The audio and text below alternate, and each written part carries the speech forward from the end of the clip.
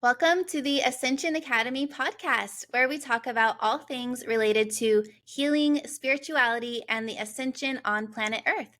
I am your host, Lauren Denny. In today's episode, we have a very special guest, Beth Ward, who has had ET contact her entire life.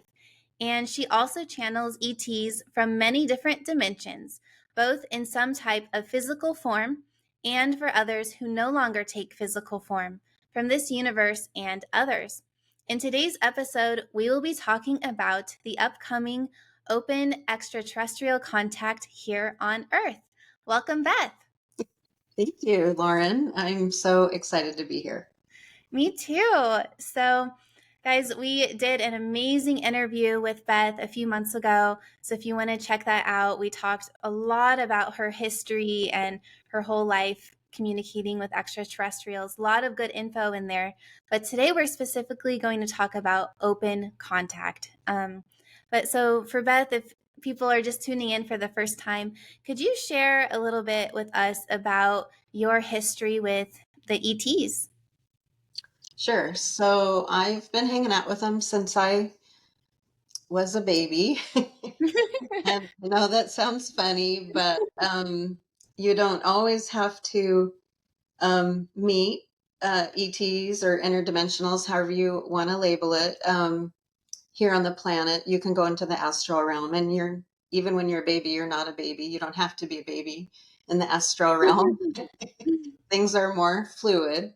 So I've been working with them my whole life, and they're definitely my most loving memories of my childhood. And I've had in-person on planet Earth contact also. um, and a lot of the early work was a lot of people call it the hybrid program with the Greys. And then later on, it was with all kinds of ETs and still is. And I just kept that to myself. I mean, I might have told a few people here and there, but learned quickly not to talk about it. And Yep. and then sort of around 2012, 2014, things started shifting. And I think the planet was shifting.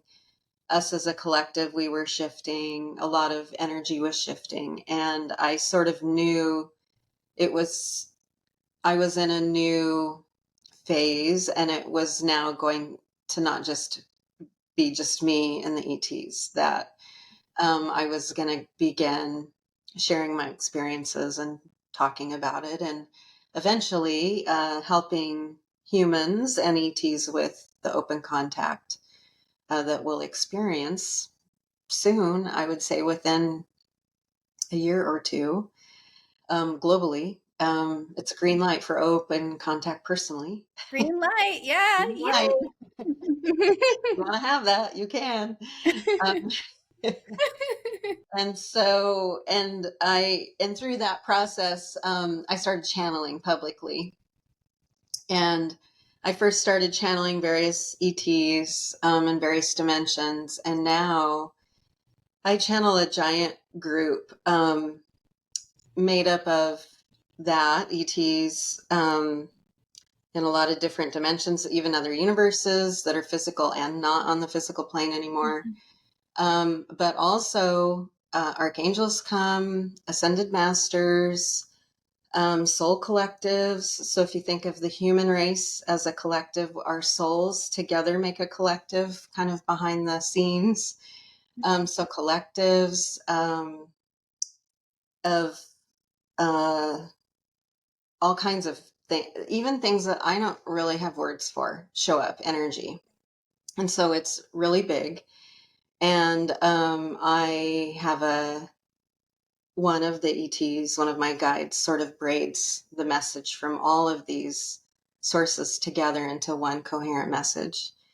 And once in a while in the group, specific beings will step up to the mic, so to speak. Hello, hello. Depending on who's asking the question and I'm channeling for. You never know who's going to come forward. but the group still stays there, and then they step back into the group and the group talks again. So it's quite a privilege to work with such a big group. Yeah, that's incredible. And I Yeah. will say, so I work with the Galactic Federation, and I've had several other interviewees on my channel who work with Galactic Federation. So I'll just clarify that this is a different group. That Beth, are there Galactic Federation members that come into your group too, but yours is even more broad? Yes. Okay, Yes. I work with the Galactic Federation also. And yes, it's broader than that. gotcha. Okay, so I want to ask you about the different dimensions before we get into more of open contact, because I know you said you channel from different dimensions, and these several of these ET races are interdimensional. Could you share from your perspective what a dimension is and what it means to be interdimensional? Well, I'll say something today that's different than I would have said a couple of years ago. A couple of years ago, I had these little categories in my head of densities, like a Yeah. spectrum that eventually made up a dimension, that eventually Mhm. made up a plane, and that there's 7 planes before you go back into the all. So if you think of source fractalizing down into many things, some of that would be these planes, and then you Mhm. go in farther and farther. But I'm learning that this is a convenient 3D sort of coming from a place of separation Uh-huh. Yeah. perspective, and that it is not so neat and tidy. Oh, okay. And, We want and everything to be neat and tidy, toot, toot, toot, toot, toot. we do, and we want it to be sort of discrete so we can compare and name and categorize. But I'm learning that that is a function of feeling separate, playing this game of separation in Mm. this 3D construct we're in called reality. And that it, when you're in a vibrational state and you're not at this lower density, it doesn't work like that. And so ETs, humans, many have talked about it like that because we were at a lower density. But now, as we rise up in vibration, it's getting a little more fluid. And I used to say there were 12 dimensions, I think, as far as I know. And then there's a spectrum of density within each dimension.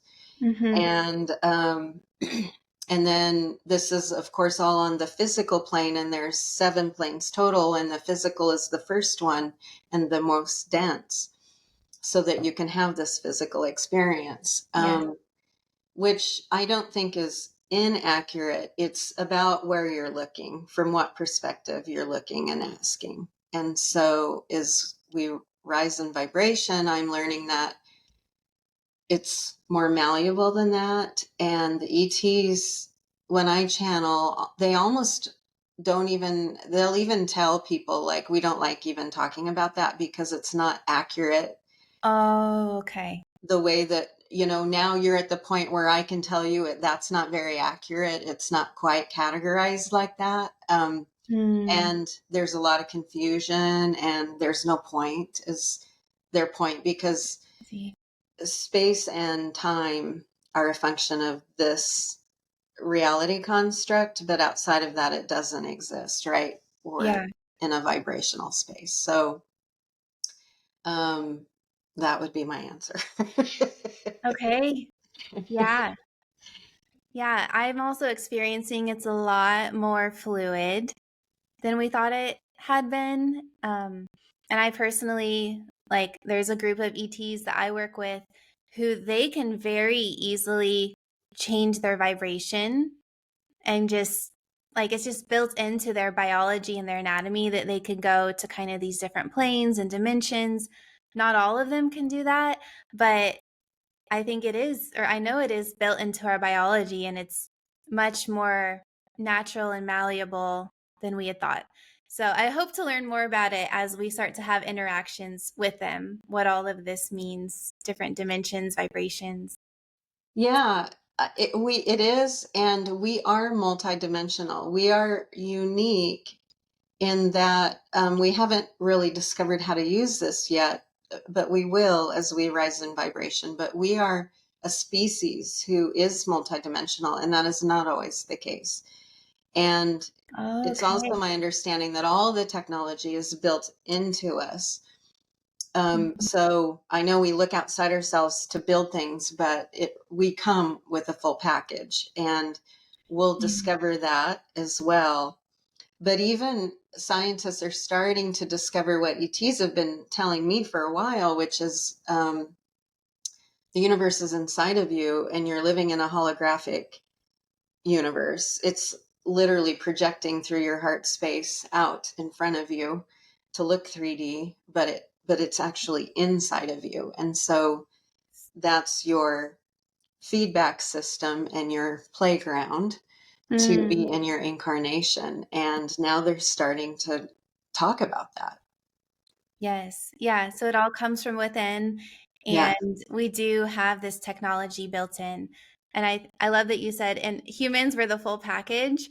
Like the message I've been getting is we have a lot of capabilities as humans that we haven't unlocked yet. Like all of that kind of dormant or inactive DNA that they see.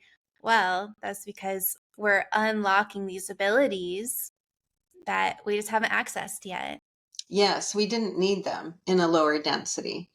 In Ah. fact, they interfere with an experience of being really separate in a lower density. And that's where we wanted to play for a while. And now we're headed back into oneness. And so as we rise up in vibration, we don't, we can bring our tools back out because we're not looking for that deep experience of separation anymore. We're looking now towards oneness. I love that. Yeah. Yeah, I love that. I feel like now actually might be a good time for you to share this story. So, before we started off camera, Beth was sharing how we've started more vibrationally speaking to each other instead of just with our words. So, I think this would help give the audience kind of a clear example of what you mean about like new abilities coming online and the oneness. And then we can move into open contact. How's that sound? Yeah, sounds great. The group that I channel told me in January, well, they told me at the end of December that starting in January, we would be, the human race would be more aware of the vibrational language that we are having underneath the verbal communication that we're aware of. I guess it's always been happening, which you can relate to that as just any person. You know, when you go by somebody that either makes you feel really good or grosses you out for whatever reason, you're just like, ugh, that had a Yeah. bad feeling. Or you go in a place and you're like, ugh, it has a bad feeling. Like Yeah. that's a vibrational set of information that you are hearing or reading. And so we've always been having this vibrational language among us, but we put a damper on it so that we could feel really separate because that's not our Mm. natural state. And so we kind of locked that down and it was going on, but we weren't consciously aware. And we've taken the lid off and allowed it now to come forward. And they said starting in January, we not only will be more aware of the vibrational language, but it gives us the information first before the verbal language. Ah. And which is Mhm. really cool. And so I have talked to a lot of people who are like, I just sort of know what people are going to say. Mhm. And I Yes. immediately understand like what people's intention is. And it's because Yeah. we've taken the lid off. We're not dampening the vibrational language anymore. And it's not where you hear word for word. That's a verbal concept. It's Mhm. intent, emotion, experience. It's a whole bunch of information packed into a vibrational transmission, which is way more efficient. And I'm guessing that's Mhm. why we know it first before the verbal stuff sorts through our brain. Um, and so they said the point of this, which I thought was beautiful, is that it's because as we come into oneness, we have a desire to be more transparent. and to be seen and to see others as they are. And so they said there's no more hiding. As of January, there's no more hiding for I people. love that. Yeah, it's so beautiful. Yeah, we can have this much deeper connection and intimacy. And I think, yeah, I love that you shared that this is kind of the new way, like we're tapping into this. It's more available for humans. And something that my guides had me work on for several years was if you've ever heard of the book, The Four Agreements. And the first agreement is being impeccable with your word. And one of the ways that comes across is being truthful, both with yourself and with other people, not trying to cover stuff up, not lying, so being as clear as you can with each of your words that it accurately describes how you feel. So I feel like this already put me in the place where I'm very honest. And I'm also, I'm not judging other people. So I feel like when we're in tune and we're feeling each other's emotions, like we can feel like before, if someone was judging you or having like hateful thoughts, you wouldn't want to know that. But now that I just feel like it's more like we're at this place, and I've been working on this personally for a few years. It's like, okay, I'm not judging you. So I feel like there can be this vibrational exchange, and I'm just honest with everything I'm saying. Yeah. Yeah, because I think as we move into more oneness, we don't have a need for all those masks, I guess, that we used to use to feel safe. That, it's not a devious thing. I think at the end of the day, people are just trying to feel safe, right? Yeah, of And course. so we have stories about what's safe and what's not safe. And most of it comes down to what's familiar and not familiar. Yeah. Right. And, Yeah. but a lot of stories that we have. And so I think as we come into more oneness and feel less separate, we begin to feel more safe and more in command of our own power. And from that space, you do want to share your truth and you do seek the other person's truth. And it doesn't feel as challenging if it's not your truth. Absolutely. And through my experience communicating with the ETs, I love how transparent they are. Like, I feel like they already are so in tune, not only telepathically, but like emotionally and vibrationally. So I think it feels like kind of like for humans, a good prerequisite that we're practicing being this way with each other. Because the ETs, all the ones I've met, can like really read you. So I feel like that could be part of, I'm just kind of intuiting that now, being prepared to interact with people from other planets and other cultures and other backgrounds, because they're already feeling each other's vibrations, feeling the emotions, feeling the true intent behind your word.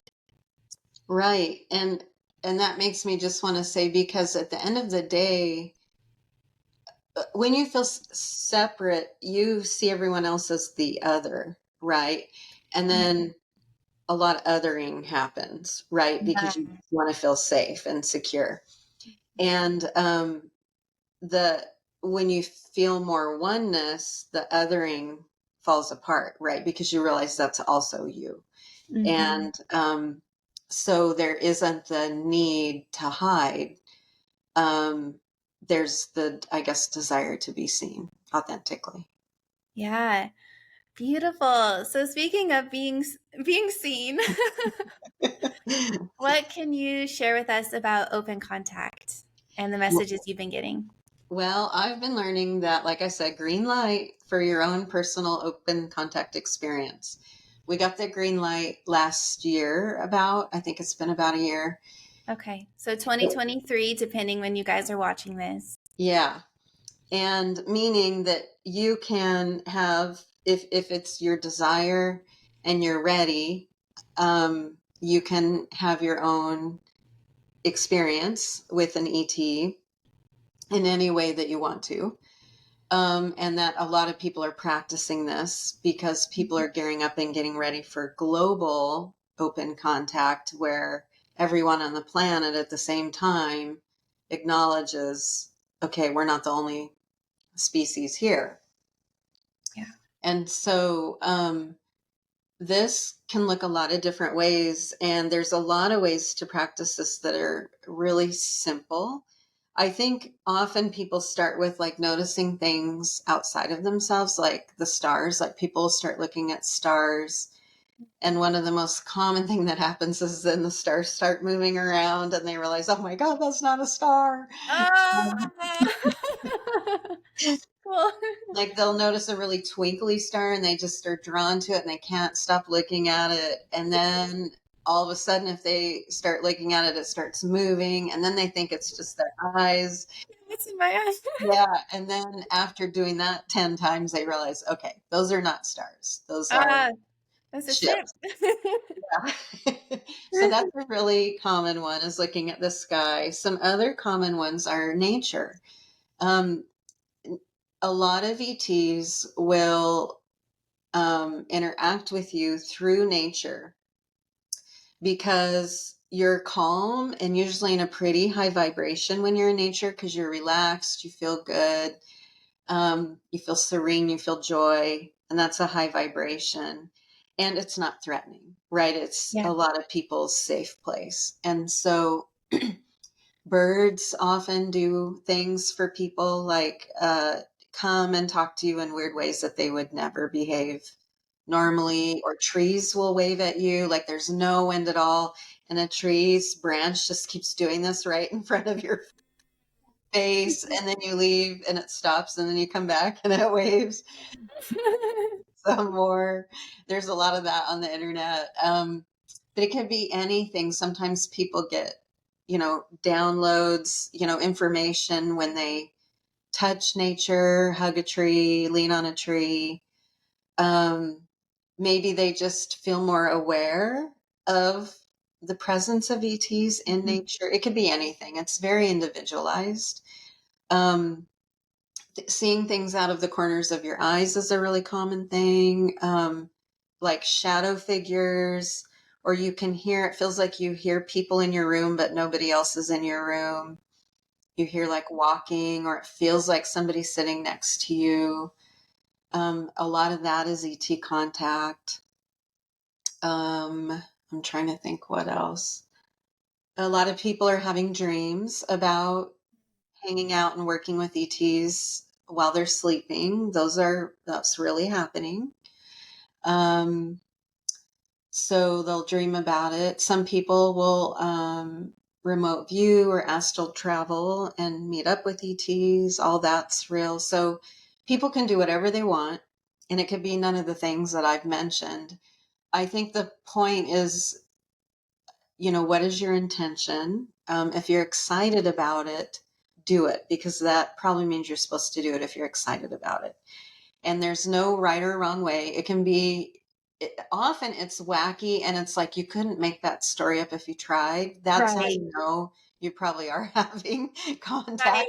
because you would Yes. never tell that kind of a weird story. Like, yeah. Yes. My And friend and I have this where she's been having a certain kind of contact, and we're like, we cannot, we couldn't even think of this like in a science fiction movie like this. There's no way we could even make this up. And it keeps happening over and over. yeah, and it's often something almost mundane, but also freaky about it. So, like, you wouldn't make it up because it seems like an ordinary thing, but then it's also really bizarre how it's happening. Um, and so that's how you also know you wouldn't make it up. And these experiences are all co-collaborated. A lot of people are, when they start out, they think it's an accident or it's a chance encounter, and it's not. Your higher self and the ET are collaborating together to bring this experience to your incarnational awareness, the you on the planet. And so it's not a mistake. It is meant for you. It is specifically for you when you have it. I love that. Yeah. Yeah. Yeah. And so, do you see this? So, we're individually starting to have more and more experiences. I'm definitely meeting people who are having these contact experiences. Do you feel like this is preparing us for the more global contact that's planning to Yes. happen? Yes, I do think it is. And a lot of people are having these experiences, like you said. I do a meetup group called Nashville CE5, which anyone listening, feel free to drop in Is and it come. online? Do you do It's it online? online. Yeah. It's a twice monthly call, and we talk about all things related to ETs and whatnot. And in that group, I think everyone is having multiple types of experiences like that. Cool. And has it been ramping up more recently? Yes. Yeah. Yep. And I would say sometimes people they get excited and they play and they have these experiences, and then they're like, okay, now I want an ET on the yard tonight. And it Hmm. doesn't happen Yeah. Tonight. for this week. And then they get kind of discouraged. And what's going on there is that they're not ready for that yet, because contact with a higher frequency being draws up all of your fears that you're not aware of are hanging out inside of you and in your body. And they don't want to overwhelm you and incapacitate you with fear. And so it's little by little. Yeah. And a lot of people will talk to ETs through meditation too. I wanted to mention that one. People just meditate and then internally just have the intention, okay, I want to meet an ET while I'm in this meditative state. And so they'll meet in the meditation. Hmm.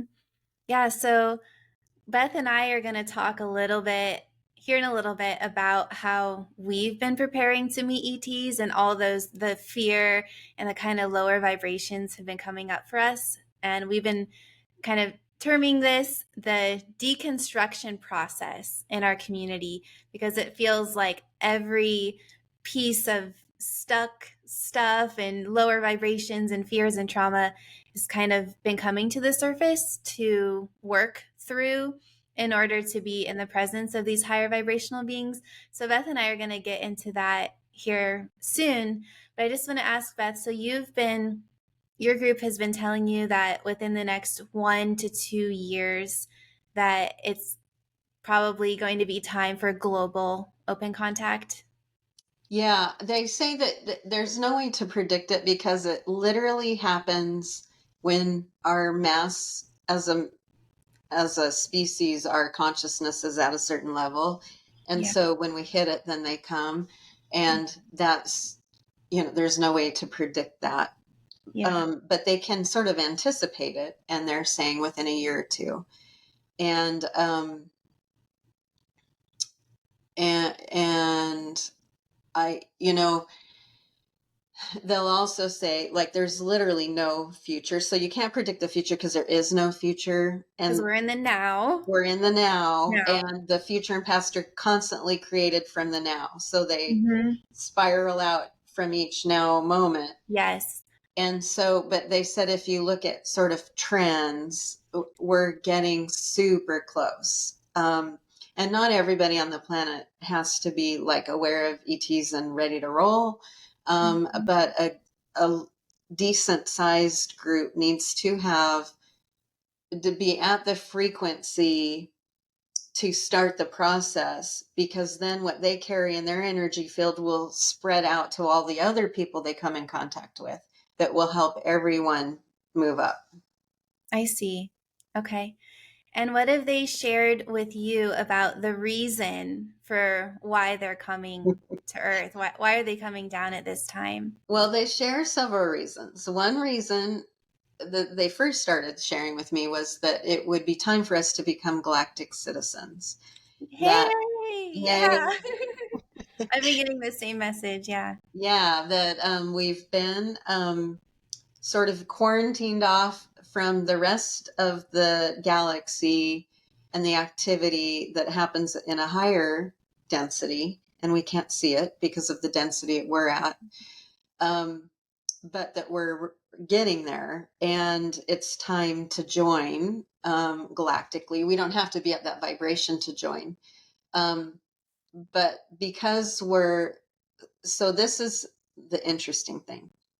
It's not just about becoming galactic citizens and meeting our neighbors. This is really about what people are calling ascension, the ascension process, which is really about, as I understand it, our souls behind the scenes, behind the incarnation.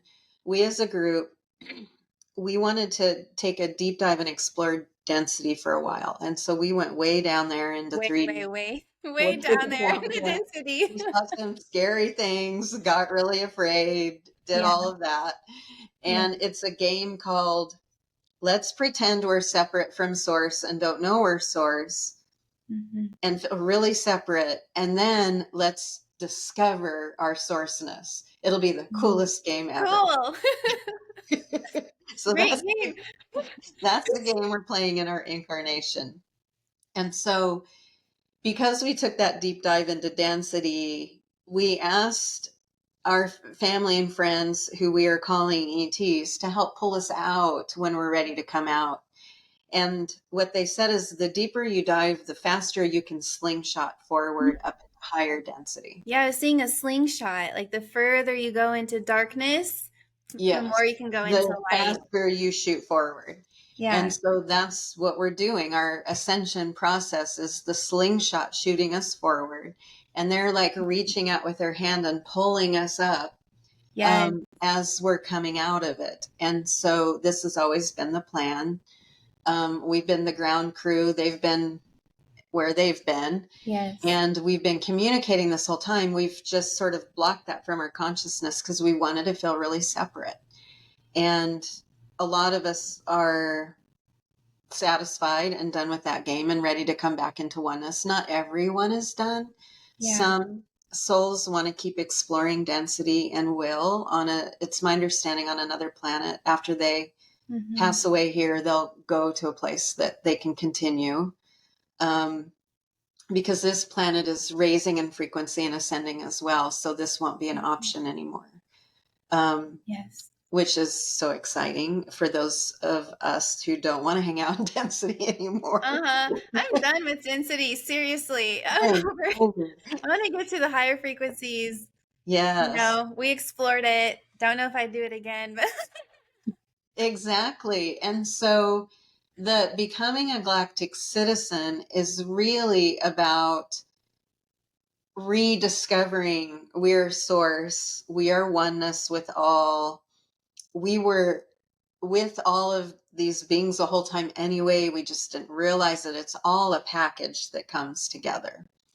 And in that package, and I know we'll talk about this a little bit later, but in that package is discovering who we are, that we're so much more than this incarnational personality that we have been feeling like we are. And so there's a lot of discovery ahead. yes. So I love that as the first reason, becoming a galactic citizen. And honestly, it's so relieving because I don't really talk to a lot of other people about my work with the ETs, and I just have my direct connection and my own communication. I'll channel them, I work with them telepathically and astral traveling. And so I'm relieved because I've been hearing the same thing. Like, okay, this is just so confirming. So, like, am I the only one? Am I getting these messages right? Yeah, yeah. Yeah. And it's such an exciting time. Hmm. Um, and so, uh, by the way, side note, a lot of times when you have an ET encounter, you are encountering an aspect of yourself in another dimension. And Hmm. so that's happened to me several times, because when we, just like source, fragments out into many things, Hmm. including a little fractal called Lauren and a little fractal called Beth, Hmm. um, our soul does the same thing. It fragments out into many things. Yeah. And outside of Earth, there's not time and space. And so we are all of our incarnations at once, Yes. both on this planet, on other planet cycles, in other dimensions. We're all at one time. And Mhm. so um,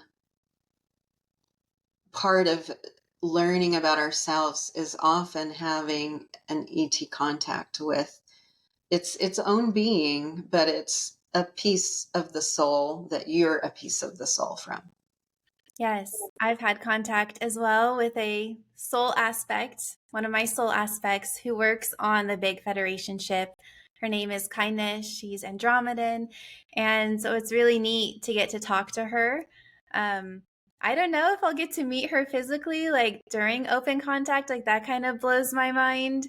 Because like I have this relationship, I have this connection, and it would just be crazy to actually get to see her in person. I don't know if that will happen or not. I don't know if our vibrations will match up. Do you, because you also have a soul aspect on the ship. Yep. Yep. Her name is Alex. That was the second being that I first channeled publicly. Cool. And she's a Saurian being. So looks sort of like a reptilian being, if you will, kind of small in stature and blue with Oh, this like blue, shimmery, purpley green oh, um, beautiful. skin. Yeah. And What yellow is her, eyes, what is her face? What did you say about her eyes? Yeah, I wanted to see more about her. very yellow eyes. Yellow. Okay. Yep. Like almond eyes, not Yeah. like grays, but Okay. like our eyes, but big. Okay. Um, Yellow eyes, long nails, like think of a reptile on Earth's Mm-hmm. claws, like long nails like that. Um, Two arms, two legs. Is she about your height? She's taller than me, but when you are around ETs, we're pretty short, Mm-hmm. right? I've And felt that. so Yeah. I think she's on the smaller side if you went on the ship, Mm-hmm. but taller than me for sure. I would say she's at least a foot taller than me. And she has like um, it's not like she doesn't have hair, so it'd be like being bald, but has sort of a shape on her head that's I don't even know how to explain it, but it kind of comes up. Okay. Yeah, The kind it's not of. a round head, it like is round and then it has sort of a like a lifted element here and Okay. then round. Yeah. Does she have, like, I feel like when I think of reptilians, is it like more like kind of a longer face, or is it like we just have like a nose and a mouth kind Like of that. like us? Okay. Yep. Gotcha. Very Not a cool. nose. I think the nose is pretty minimal, like um not much of a nose at all, maybe like two holes. Okay. Gotcha. And then kind of like lips that look like ours. Yeah, super thin. Yep. Yeah. Do you get a sense? Do you think you'll be able to, like, when they do come, meet Alex? Yes, and she has. I've I've not touched her, like been that close to her, but she has come and manifested on to the ground next to me twice. Amazing. Scared the crap out of me. I bet. Yeah. And And I didn't you. know it was her at the time. Now I know it was her, but Mhm. um, so I think meeting up with your counterparts, that's what I call them, your counterparts, is a high, there's a high chance most people will meet some of their counterparts. And so it wouldn't surprise me if you met Kindness. Very cool. She's the only counterpart I'm aware of at this time. I know we have more. We do. We have a lot. And we also have human counterparts too. I don't Yes. know any of my human counterparts, again, yet. Yeah. Yeah. And especially in this earth cycle, I've been told that our souls really spread out thin to just soak in up as much experience as possible. So it's Mhm. really common for people to have a lot of counterparts That'd be here. cool. And so we're just going to start discovering all of this. Yeah, I would love to meet some of my other soul aspects. Yeah. I can't even imagine. Like, you're me, but I'm me. Yeah, that'll be crazy. Yeah. Very cool. Yeah, so I just want to see if there were any other things you'd share about why now. So we talked about Earth being able to become galactic citizens, them pulling us up out of this density, through the ascension process. Um, and part of that is coming into oneness, starting to learn more about really our true nature, that we're multidimensional, that we have many soul aspects at once, and getting to actually meet those aspects of self. Are there any other reasons they've shared with you about why now? Why open contact now?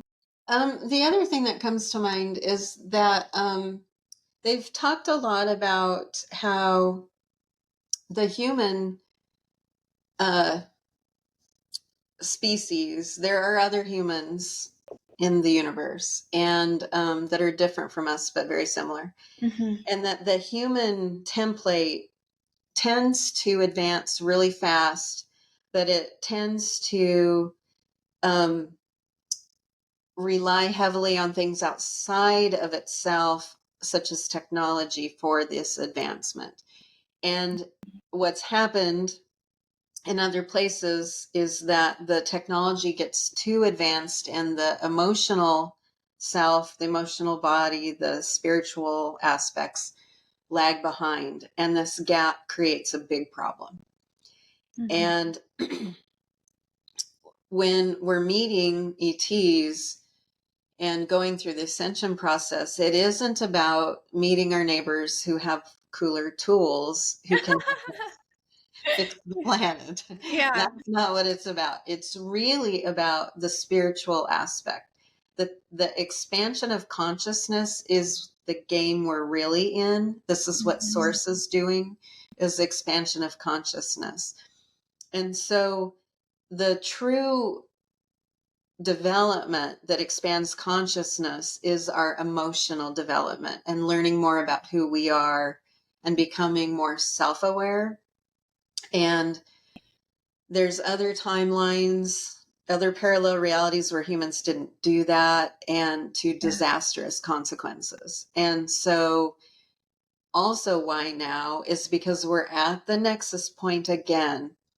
We've been through this before in history, because Mm-hmm. there really isn't time. It's But all if happening we think, now. right, if we think in a linear way in history, we've been at this nexus point before many times, where the masculine feminine energy has gotten unbalanced, and we've gotten too heavy into the masculine side, and both are needed, but we need a more equal balance. And so we get unbalanced, and we're looking outside of ourselves for the answers, and that takes a road we don't like. And so we're at a critical juncture again, where we really want to develop internally, and they're here to help us do that. And we're Mm-hmm. going to do it this time. We've been at this nexus place a couple of times before and didn't make it. One was Lemuria and Atlantis, Yes. and they couldn't balance that energy. And so they fell apart, and we started over, and then again in Egypt. Mm. Um, and that's also why we had the Christ consciousness appear on the planet, was to Mm-hmm. help with that. And we got farther, but we didn't quite get there. And now we're here again. And they've all said we've done it. Like, they can see all of our timelines, and they're like, Yes. you did do it. So Yes. it's a for sure thing. But they're here to help us with our internal development. Yes, absolutely.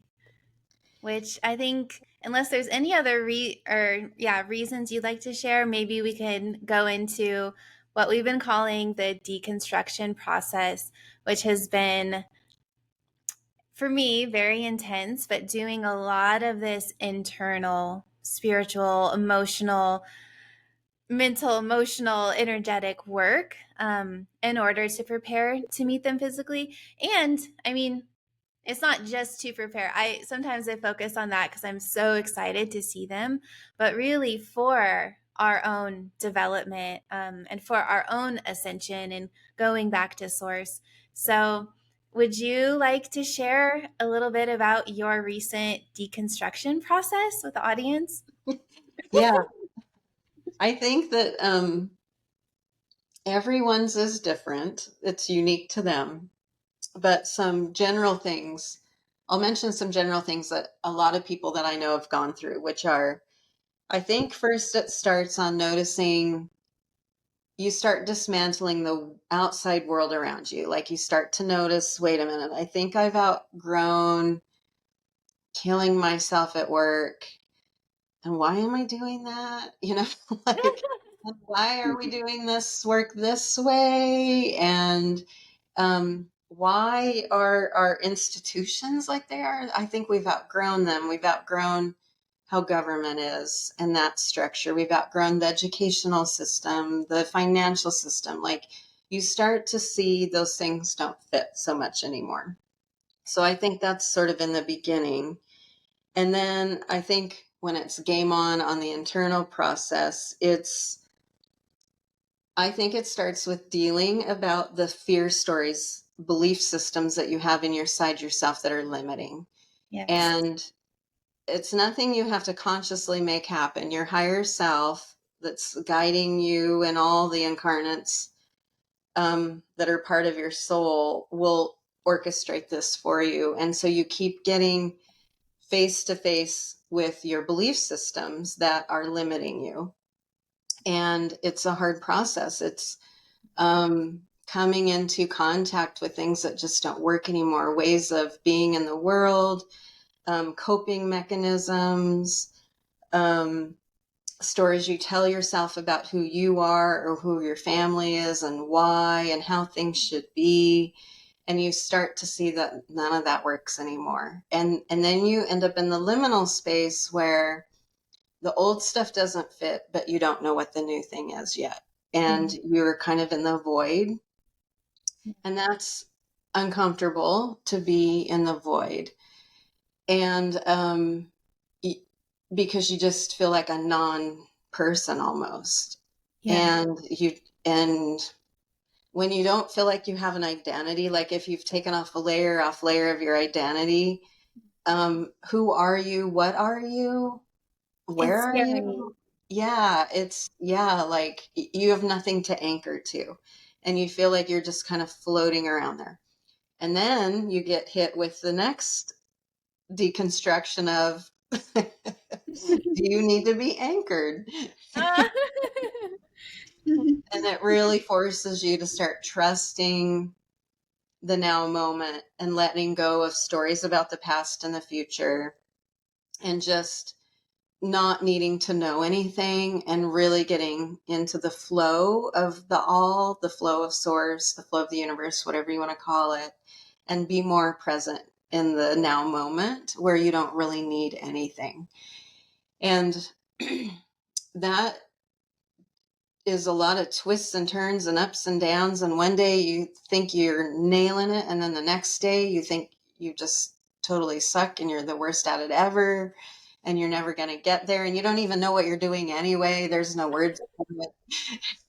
It's so, Mhm. it's not like you can articulate the path you're on, but you're like, oh, I fell off the path, even though you don't know what it is. Yes. It's so funny. And I don't think there's like an ultimate there. I think, this can continue on forever.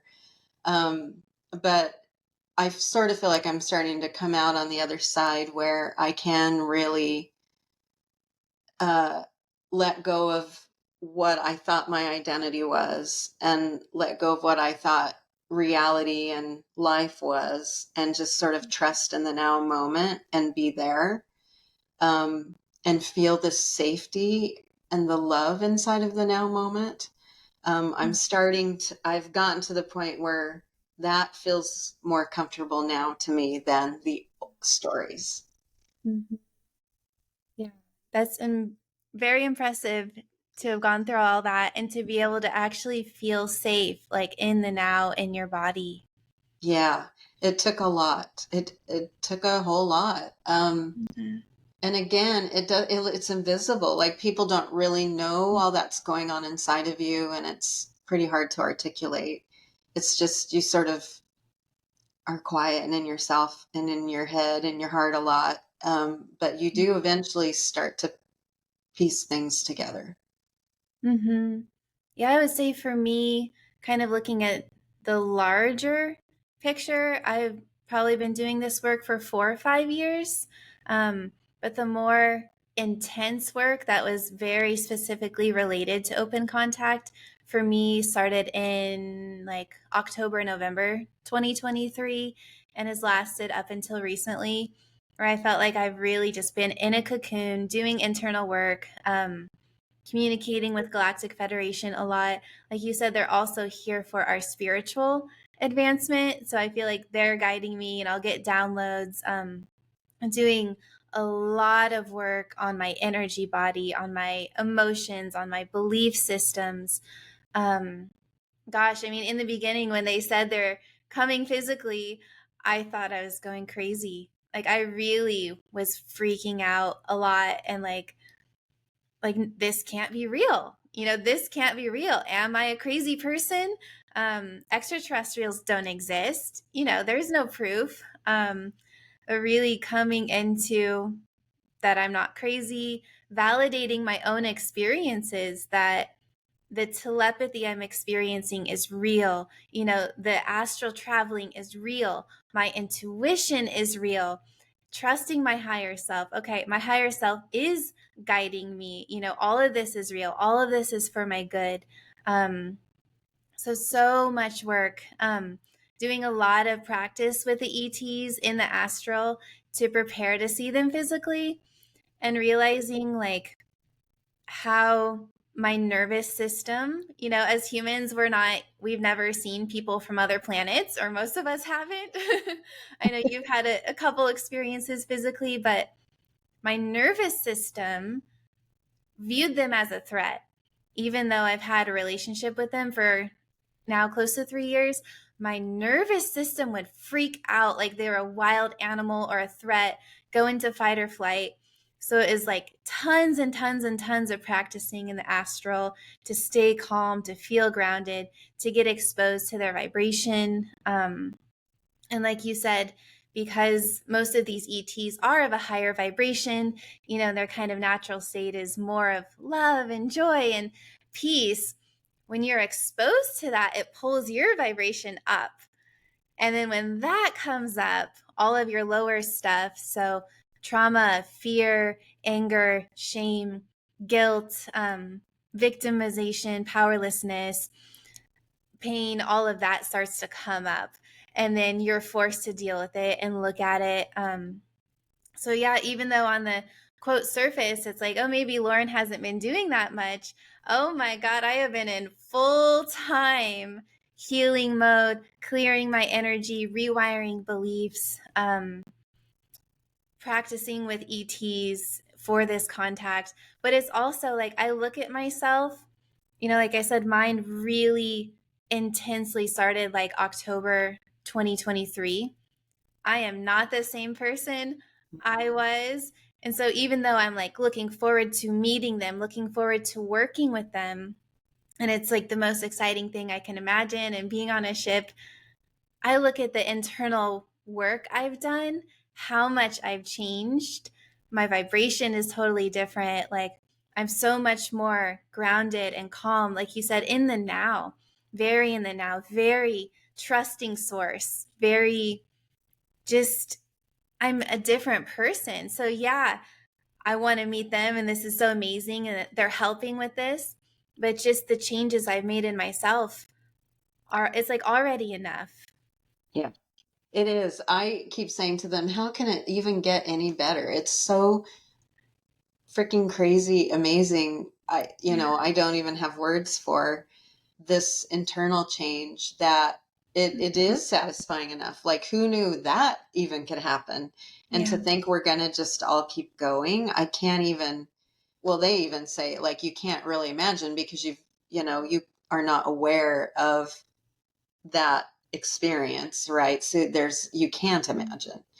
And so It is so crazy amazing. And you are a different person. They even said that as you raise in vibration, you vibrate to a body because basically as I understand it, we're vibrational beings. And so we'll vibrate like a billion times a second to the reality we're in alignment with vibrationally. That happens like a billion times every second. We're constantly moving around to the reality that fits our vibration.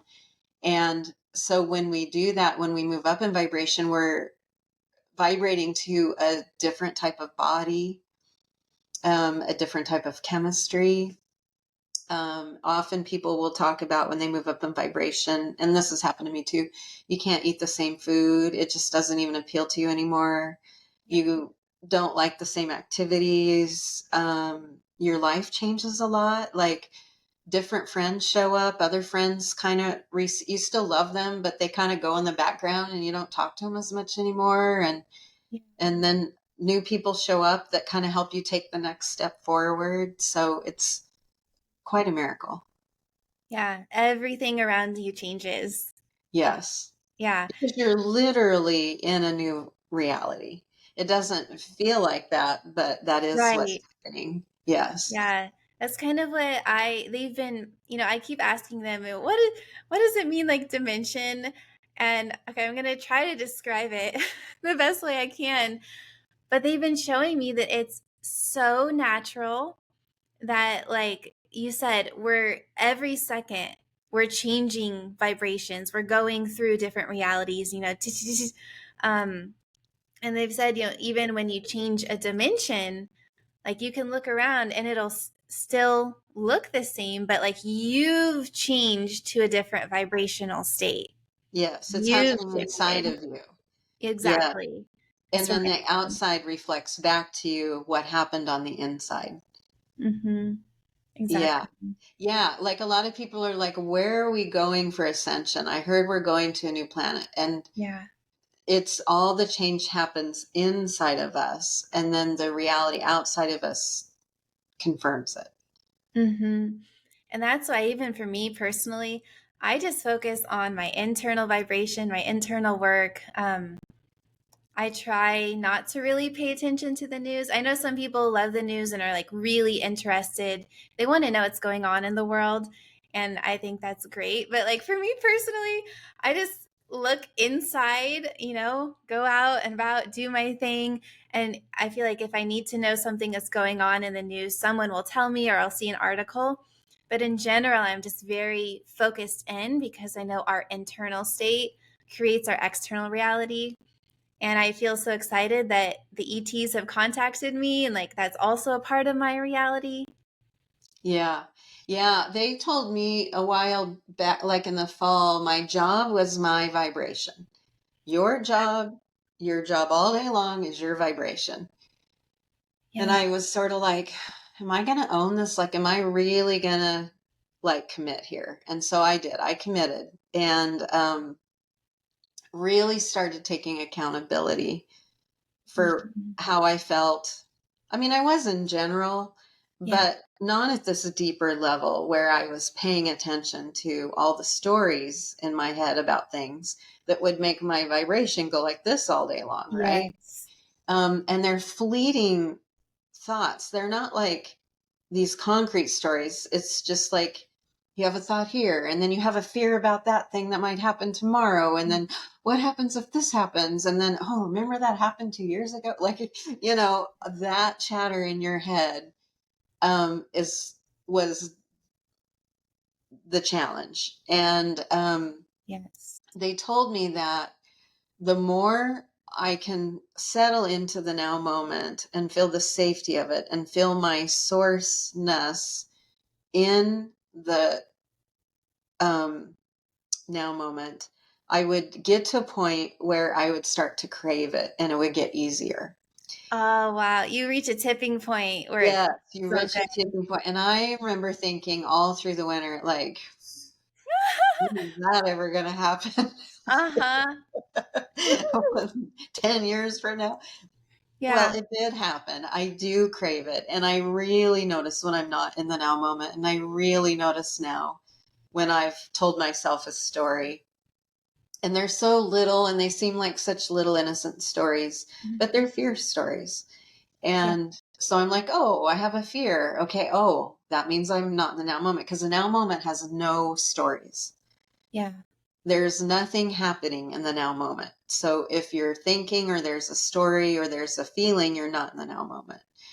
Mhm. And I've practiced it enough. I'm like, okay, I can maintain it more throughout the day, and I do crave it, and I do really notice now when I'm not in it. And so I think now I'm picking up uh some speed.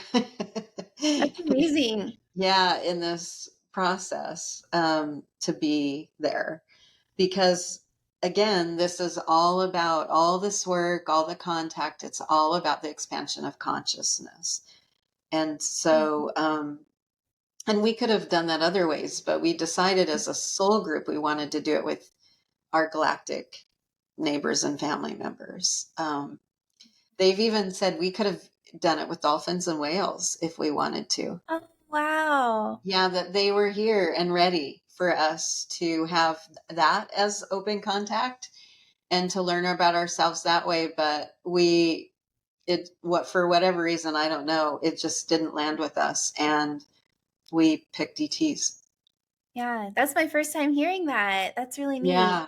Yeah. And that's why people have such profound experiences around, especially dolphins, because they're around them Mhm. a little bit easier than whales, because they are higher dimensional beings and they Yes. are sentient and they are here helping us and are more developed than we are. And Mm. they often share transmissions and information to us when we're around them. Yeah, I've heard that about them. Yeah. Yeah. Yeah, very neat. Yeah, Yeah. so is there anything else about your deconstruction process that you want to share? I think I would share that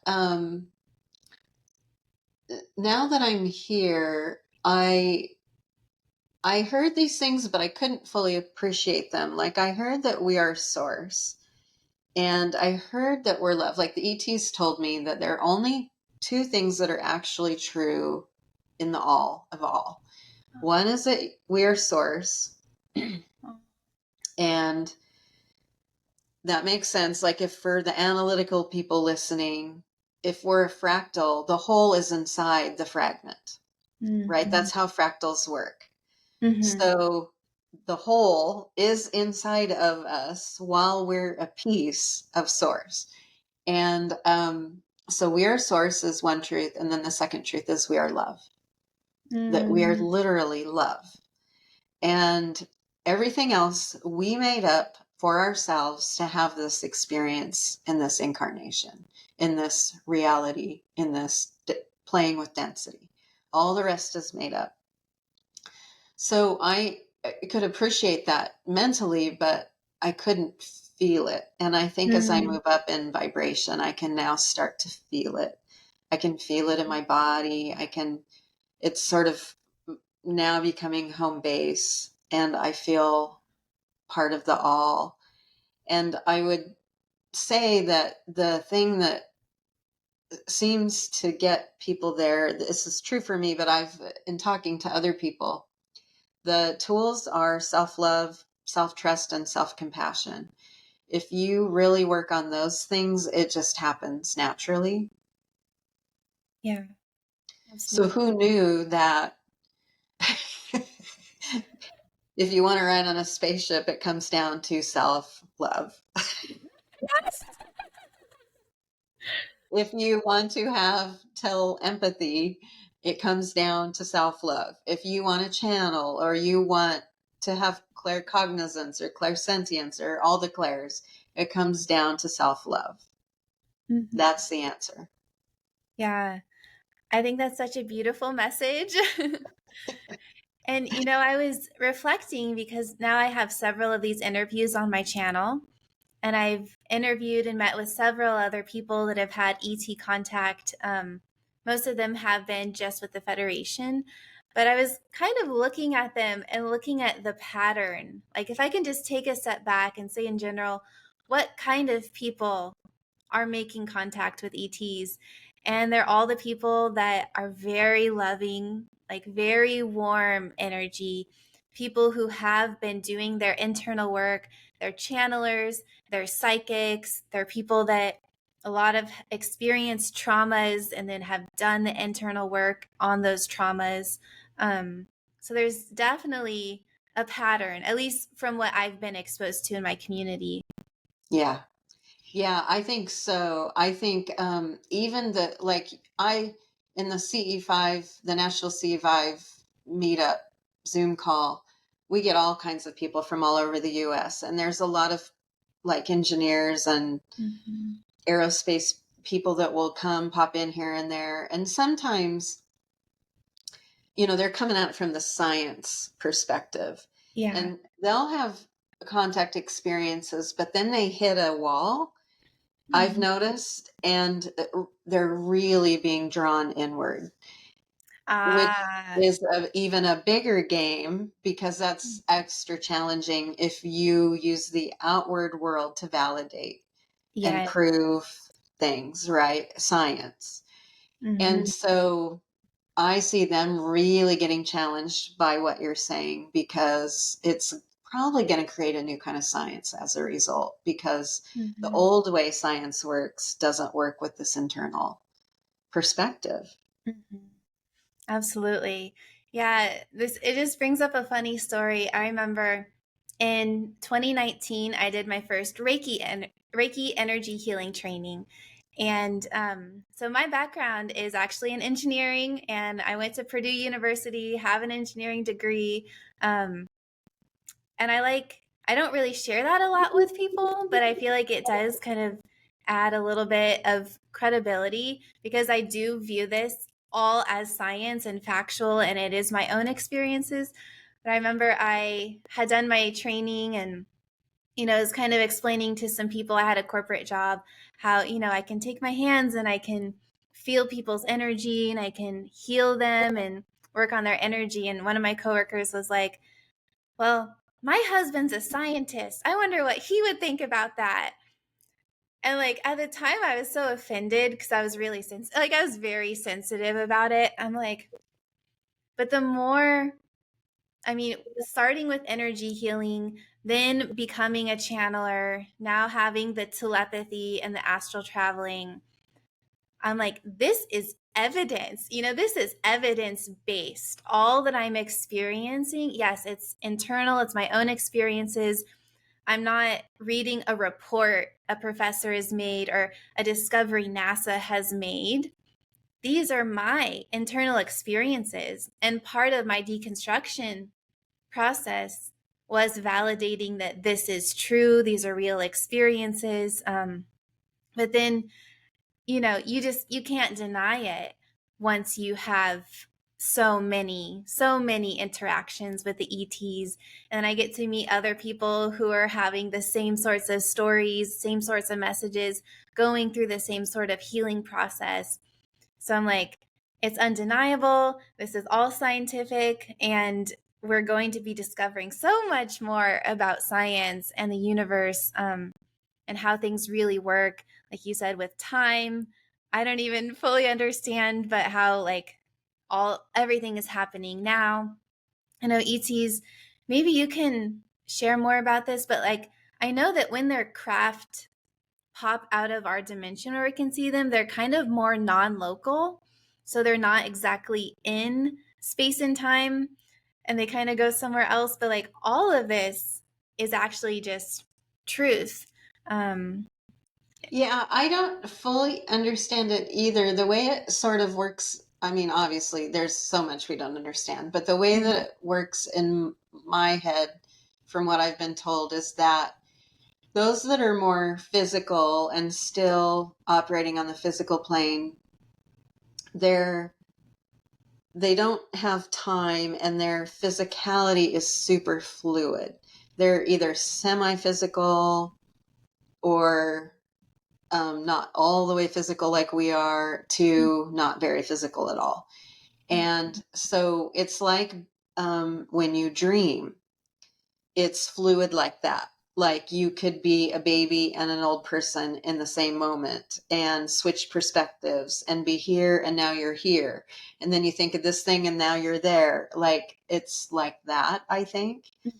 And so then how do you direct that? Well, because they're living it, I guess they know how to direct that. But it's my sense that they sort of look at the display of now moment content and say, let's go there, right?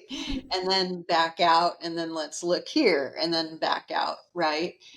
And Mm. and I think that's also sort of what we're doing in our incarnation. I've been told that the astral realm plane is sort of the natural state, and then the dream is the reality. And so we have it sort of backwards because we're in the dream when we're awake, but that our sleep time is more actual of how our physicality works. But because we want to have this really solid, separate, concrete experience, we've filtered that and kept it for dream time. But that's why people can figure so much stuff out in dream time, because it is fluid and doesn't work like it does here. Mhm. And then another thing I was going to say is that if you want to get way out there, um, the other thing that's been shared with me, I was just thinking about the science. We were talking about science, because they've got is it a particle? Is it a wave? They know that intention Mhm. impacts our reality, right? They figured that out. Mhm. And they're starting to figure out more and more. And so what has been shared with me is that we, as souls behind this incarnation, the first part up until now of our history is been called the truth pillar or the truth phase, which is how do things work? How does my incarnation work? How do I do this? How do I do that? What is this? What are you? What am I? That Mm. it's been about, and people sort of have a true work, a true play, a true rest, and I can't remember what the other one is, but you kind of chase these things in your incarnation, and Yeah. and they give you meaning. But when we hit January and we went into the age of Aquarius, Mhm. um, we've shifted into the love pillar. Ooh. Yes. And so those components are empathy, compassion, love, and hope. And Um, so that coincides with another big meta change that's happening. So when we're incarnate, we like to, our incarnations are sort of like looking through different windows to see things, uh-huh. different perspectives. And we we can group those types of perspectives into categories, and there's 7 of them, and the first 3 are about looking outward outside of ourselves at the world, and the second 3 are about looking inward. And so the planet just moved as a whole from what's considered the young phase, the last part of looking outward, into the mature phase, which is the first stage of looking inward. And so the love pillar happens when we first start looking inward. Wow. And so that's why we're all doing all this internal work, and why open contact is about discovering who we really are and making contact with the larger aspects of who we are, because we are moving from an outward focus to an inward focus. Mm. And that's why people call E.T.s interdimensionals, because they're hanging out with them on the inside Oh, wow. I love that. more than they're hanging out with them on the outside, right? Mhm. Wow. Yeah, that's So super it neat. all aligns up. This is all part of the ascension process. And us discovering that not only are we really galactic citizens, but that we are source, that we have a higher self, that we have counterparts, that we are not limited in any way in our power and understanding. We've just been pretending that we are, and Mhm. coming back into our power. That's what all of this is about. Yeah. So would you say now that we've entered the love pillar, which is so neat, I'd never heard that before, and we're also moving into more of this inwardness, what do you think life is going to look like for humans? Like, I can't even imagine. And maybe we don't know yet because we're just all exploring this. But it reminds me of something you said in our first interview of we're just going to have a love party with the E.T.s. I think we are, people call it the golden age, and it's named that for a reason, because it is a golden age. The ETs say you will be creating heaven on earth. Like, that saying is not an accident. Like, that really does happen. And that's the phase we're entering. And so, what will it be like? I have no idea, but man, it's already starting to get so good. Like, people are so much more compassionate and open and available. And um, there's so many changes, like not just internally, but everywhere I look, there are changes to show that the world is changing. And even though there's a lot of chaos happening, if you talk to people, they'll tell you it's out there, it's not right here, right? There's more stable right here, and they're not necessarily afraid. When they look out there, they get a little wigged out, but here they feel okay, and that feels like a new thing. Mm-hmm. Yeah, that safety in the Yeah. body and in the now. Yes. Yeah. Mhm. Yeah, it's going to be a whole new way of living. I mean, it already is. It is. It is, and we'll build new constructs to replace the old constructs. I know people keep trying to fix the systems that don't work for us anymore, but the ETs say it just has to sort of crumble, and it doesn't have to happen fast, but it'll become obsolete, and a new thing will come up. And they say that the children that have been being born, I think for like the last 10 years, are the ones who will build the new Ah, construct. mhm. Yeah, because But all they're of the coming in. systems need to be Yeah. rebuilt. Yeah. They're coming in with that information that they already operate completely differently. Mhm. That's amazing. Yeah. Yeah, and do you also foresee, as we're moving into this time and preparing for open contact, that there will be people from other planets on Earth hanging out with us, doing projects with us, and we'll be traveling and going to their planets as well? Yes. Yes. Yeah. I think that is definitely happening in our Mhm. lifetime. I think it's happening in a couple of years. Yeah, I've been getting the same message. And Yeah. I feel like people are going to start talking about their in person contact. Like, I think soon we're going to be somewhere and somebody's like, I went on a spaceship last night. And then somebody's going to be like, I hung out with an ET in my backyard. Like, Mhm. I think we're going to start hearing about it. Yeah. I'm so excited. I've been preparing in the astral realm and with being on a ship.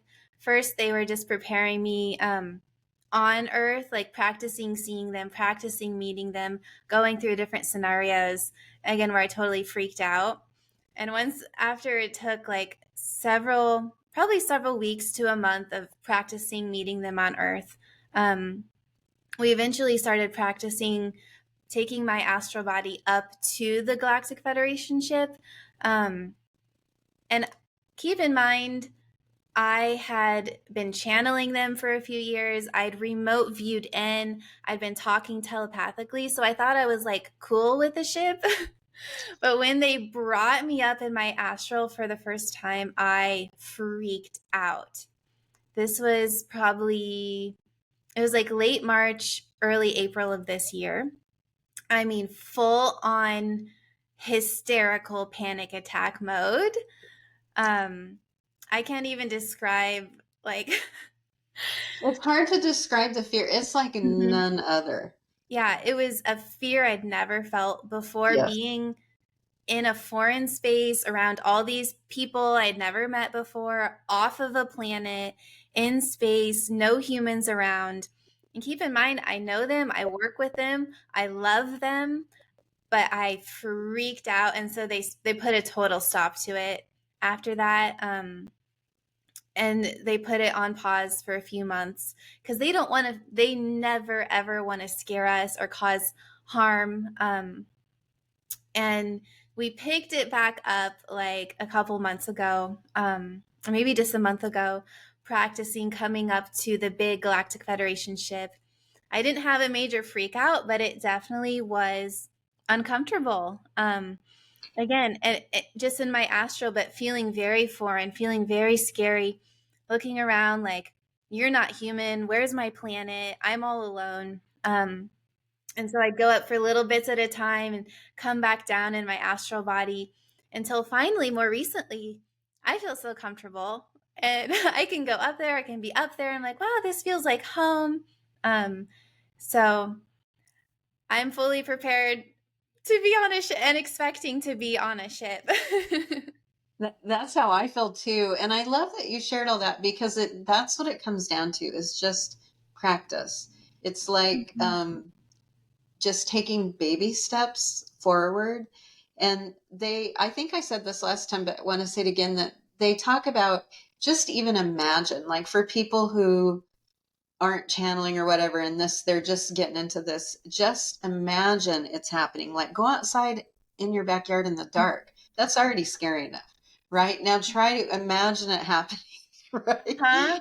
And you'll realize immediately how your body is not okay with it, and then you start having all these scary thoughts. And it is your body, you pointed at, can be more uncomfortable with it than your head and your heart. Your head Exactly. and heart can be on board and your body can be screaming no. And so you have to work through that phase. Mm-hmm. And I think that's sort of at the end. And then once you get through that, you really get ready.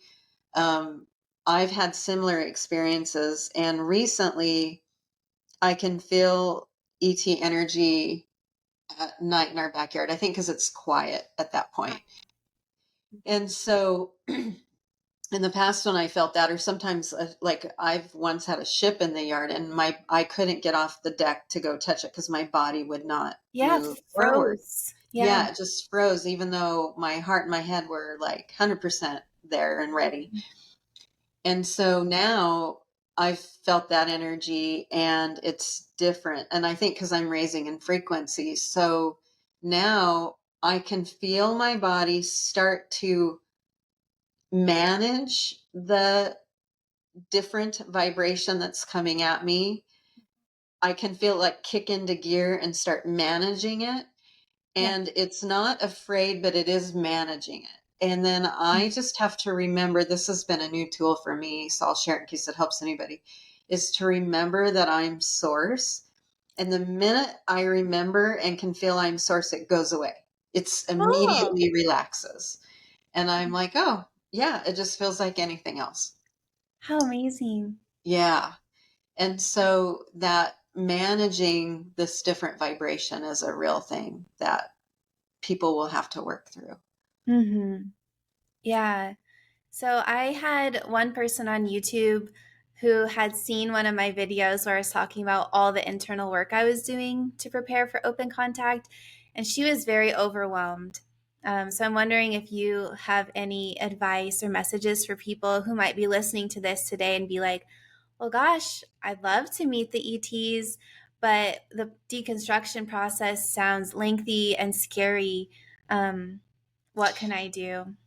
And I have a lot of thoughts about that. So, first of all, I think the deconstruction process is happening to people who want to have the deconstruction process. Okay.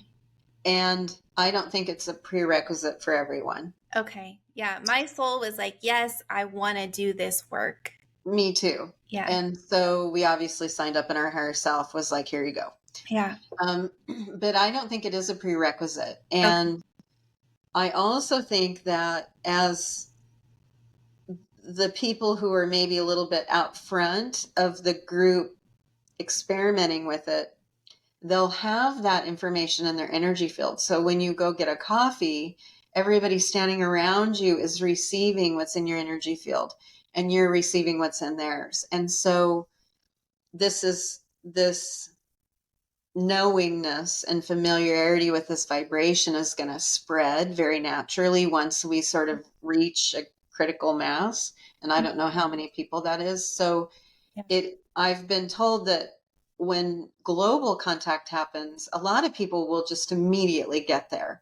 Okay. When the ships like land, they'll just be there. So my advice is chase your excitement. Whatever feels exciting to you, that's what you're supposed to be doing. This was, even though it was so hard, it was super exciting to me and never stopped being exciting to me. Yeah.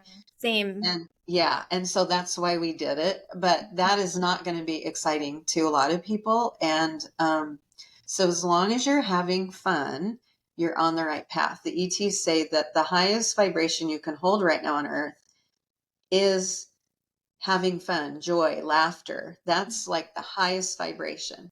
So whatever makes you do that, spend your time doing that. Mhm. Mhm. That's a great message. I hadn't Yeah. thought about it. Might not necessarily be a prerequisite for other people that are wanting to experience contact in a different way or maybe a little bit later. Yeah, exactly. Yeah. And also, the ETs talk a lot about, as far as chasing your excitement, like make it up. Literally, whatever sounds fun to you, make that up. Like if you want to meet an ET for coffee in the day at the coffee hut because that feels safer and more fun, then think about that, right? That's chase that excitement. Like you get to make it however you want it to be. It does not need to be in the dark in your backyard at night. Well, I'm going to say there's some very attractive ETs. So for people that's exciting, there's some very good looking ones. There, there are, and they're all, as a whole, so loving and kind and source like. And that's because this whole thing is about expansion of consciousness, not technology, um, which is a surprise to so many people. But like I tell people, just meditate, or people who don't like meditating, they like breath work. You could do it through breath work or moving your body. Some people sort of get in the zone through moving their body, like dancing or working out, whatever your way of getting in your zone is. And then imagine it from there. Like just say, I want to talk to an ET. I want to talk to my higher self. And then when you hear something, here's where the work comes in. You practice trusting that you actually heard something and you didn't make it up. Yeah, Um, that practice. yes. And the ETs will say you can't make anything up anyway. Everything gets channeled in from your higher self into your incarnation, that Mhm. we're all channeling all the time to even be in our Mhm. incarnation. So they say a lot, just go with it. Even if you made it up, just go Hmm. with it because it's still valid. Interesting. That's very cool. Yeah, that was definitely a part of my work is being able to discern between the telepathy, so actually hearing the ETs versus my own thinking versus like truth. Like I find there's all these kind of different layers. And I've noticed if it's a fear thought that's not true, that's not real, kind of this kind of background fear voice. Yeah, that's your ego, your like ego brain construct. If it's anything about fear, that's your ego. Mhm. And egos aren't bad. They need to ascend also. So when you're like meditating or getting quiet, the advice was given to me is keep your ego close, like set it on your shoulder and say, watch, we're going to be safe. Watch me now connect with my higher self, or watch me connect with my ET counterpart or or source, God, whatever, but watch it happen and do it with me. And then the ego will, over time, quit fighting it so much. Yeah, I find it helps to kind of treat it like a little child and talk to it. Or even Yes. say, I know you're wanting to keep me safe, but let's just kind of calm down and we're going to do this today. I imagined mine as our border collie Oh, really? because she was so loving and kind and could be hyper vigilant about our safety. And Mm-hmm. so I would just imagine it, our cute dog, and I'd give the dog a hug and a kiss and pat it on the head and be like, everything's fine. Mm-hmm. Oh, Yeah. yeah. So that self love and self trust, like that's the key to opening up all of those doors. Mm-hmm. I just thought of another question. I feel like kind of Yeah. as we start to wrap up, a few random questions I'm sure I'm downloading to ask you. Yeah.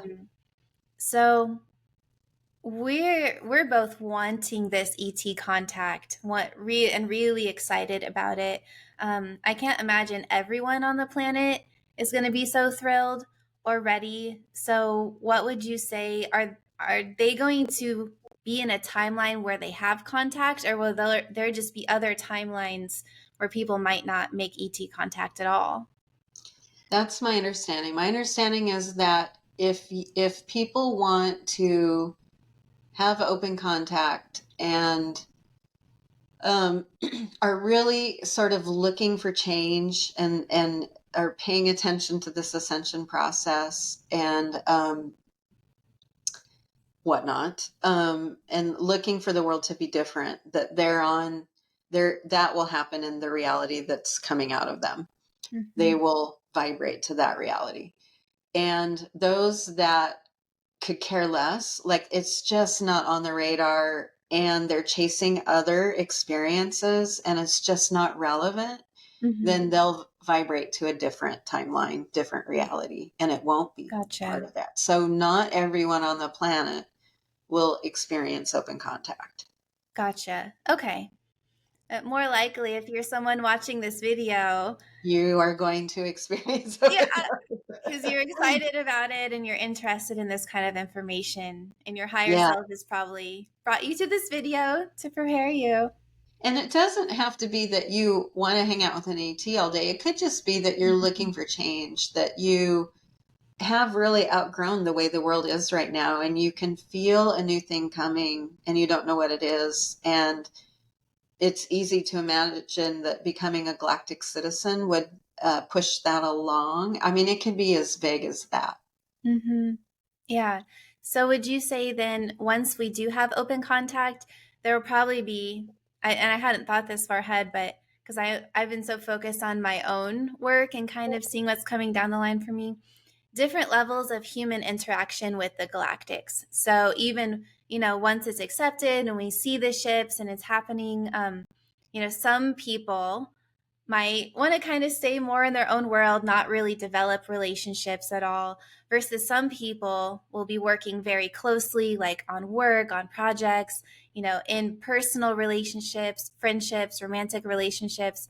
But there will probably be a real spectrum of how much people want to, meet and get to know the ETs, and that'll be their personal choice as well. Yes. Yes. Part of this is driven by we can call it the soul plan. We come into an incarnation with sort of a list of experiences and a general path of those experiences. And then, of course, we have free will and it goes how it goes. But we come in with a little bit of a plan. And some have a plan to be at ground zero. That's us. Yep.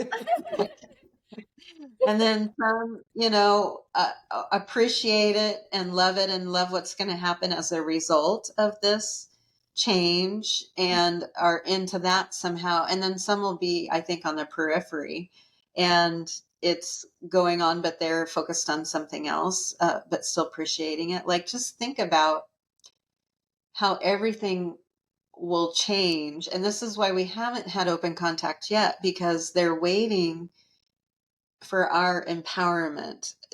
So Ascension is about empowerment. And if they would have come 10 years ago, 2 years ago, it would be a rescue, right? We're in the throes of trying to figure everything out. There's a lot of othering going on the planet and a lot of conflict with that.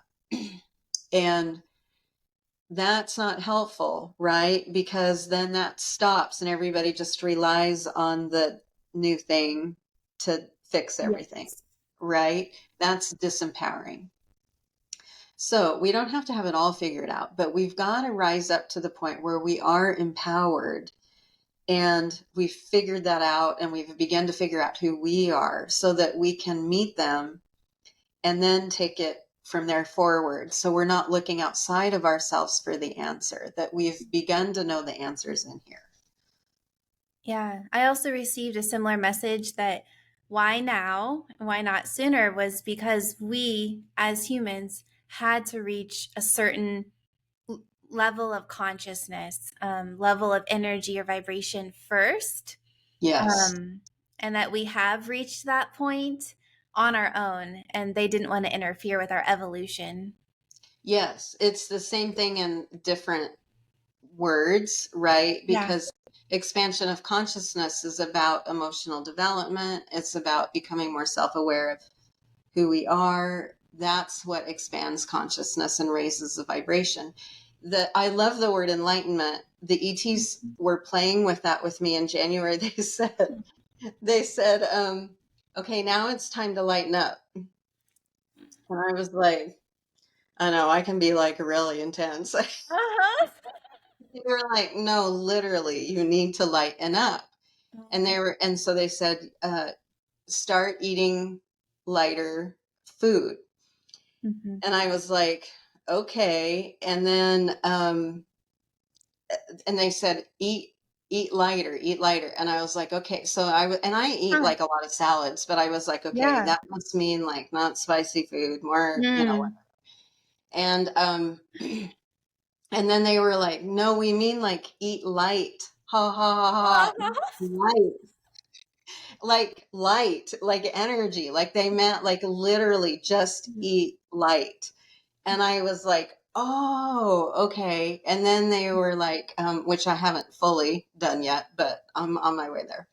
Yeah. And then they said, enlightenment literally means, that word comes from the concept of when you let go of these limiting beliefs and fears. Mm-hmm. They're like boulders inside of you, and you let them go, more light can come in. So enlightenment literally means light comes in and you rise up, right? It's an actual thing that happens. Your frequency goes up because you are inhabiting more light. Mm-hmm. And so I just love that that's what enlightenment is. It's not about information, it's about love. Yeah. A couple of things I want to reflect on there. I've heard this analogy about like enlightenment is like, so basically we are source, right? Source is inside of us. But there was this analogy of this statue, like a golden statue that had just been covered in like dirt.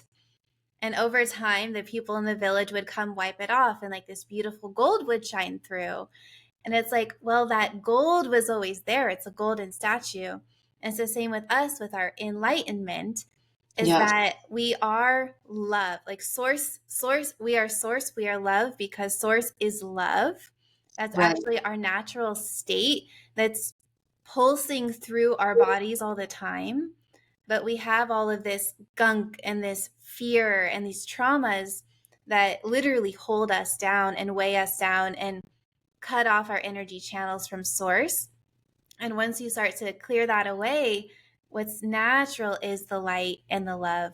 Um, and so I wanted to share that. I yeah, also, talking about the food and food eating light, at least the ETs that I work with the most, they don't eat and they'll have downtime and they'll rest, but they don't actually have sleep like we do. And I think it's just because they are so connected to source all the time that they actually don't need food. They don't need, because when we go to sleep, we connect back to source and our body kind of gets refueled. Um, so that's just kind of making me reflect on that. And they've also shown me, like, in the future, when I'm at the higher vibration and I'm able to work on the ship, I also won't need to eat, and I won't need to sleep. Like, my body, all of us, our bodies will keep adjusting more like that.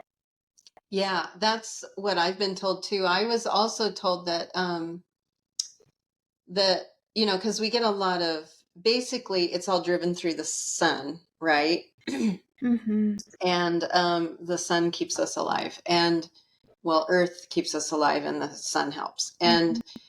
And I was sort of shown that, like, in the future, we'll move from eating plants to be able to just touch plants, and we are have Yeah, nutrients and nutrition, and cool. then we'll just eventually get it from the sun, Cool. like if we're on Earth. Yeah. But yeah, like as you move up in frequency and you inhabit more light, your need to ingest food that's a denser Mm-hmm. reality, right? That's a process that is related to a denser vibration, Yeah. right? So we have to eat now. And frankly, for me, they said eat light, but they've always said all along, like, because I asked them one time, I was like, I'm struggling about the meat thing. Like, I don't want to eat Mm-hmm. meat, but then I crave meat. Like, what do I do? Mm-hmm. And they were like, they laughed really hard, and they said, they said, no, we do not eat our friends. And but they said, you were not you, like, you are on the planet to experience everything. There are no wrong things. Like, Mm-hmm.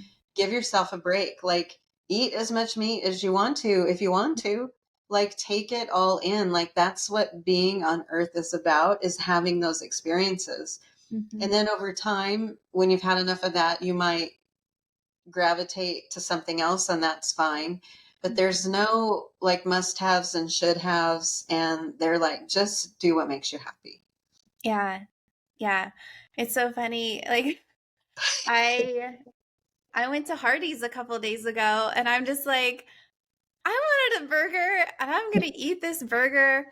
And like, I have been seeing more how in the future, like when I'm working with the E.T.s and I'm on the ships, I won't need to eat. And I'm like, you know what?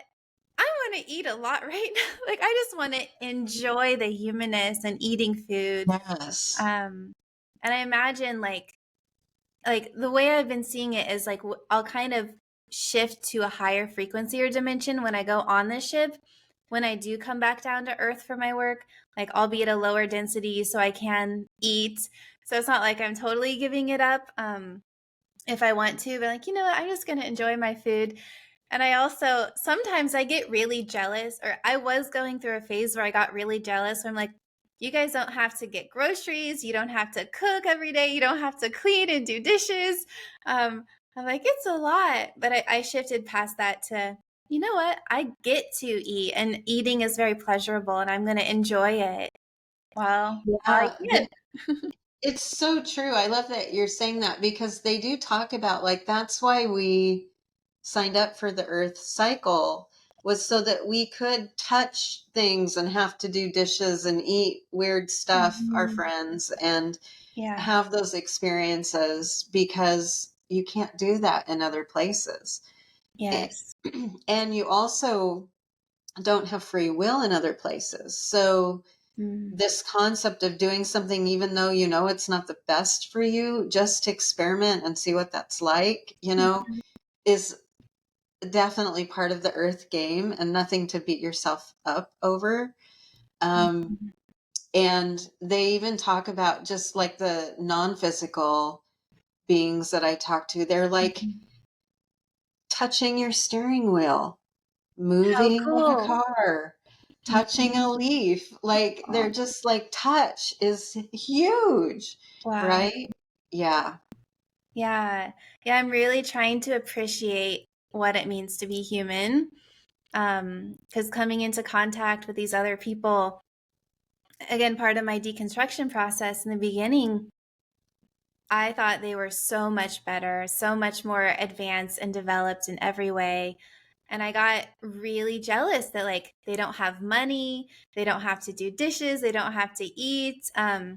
They, can travel across the cosmos really like very quickly versus I have to take a plane and I have to wait in traffic and I have to vacuum and do taxes and all of this. I was like so frustrated when I met other people from other planets where they don't have all these things.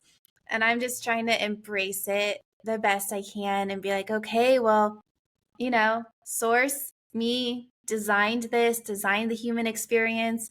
Let me just fully embrace it and enjoy it. And I know ultimately I am raising in vibration, and a lot of this stuff is going to change. I'll be on a ship where I don't have to eat and sleep, but for now, I'm going to enjoy Earth and I'm going to enjoy being human.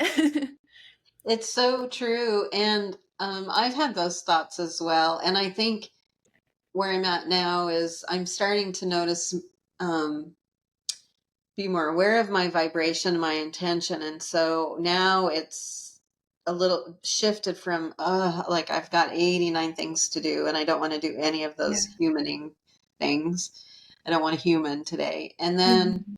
it's kind of moved to, because time is sort of getting looser for me, I don't order things any throughout the day anymore. And I'm just like, Mhm. okay, I'm just going to go with where it feels like I should go. So it looks like I'm doing all these random things, but it actually works out quite well. And I end up having way more time than I thought I did. And Yeah. I enjoy myself more. And I'm like, oh, when I'm vacuuming, I can be, oh, I get to think about this thing. Or Mhm. maybe it's really grounding at the moment to vacuum because I've been Yes, channeling, right? And I'm way out there. So I've started to appreciate, like you're saying, the human experience and maybe do it differently than I did before so I can appreciate it a little bit more. I love that. Yeah, if I'm doing dishes now, I try to put on some like really nice music that I enjoy and just make it like a little dance party. Yes. Yeah. I listen to podcasts while I'm cleaning the house.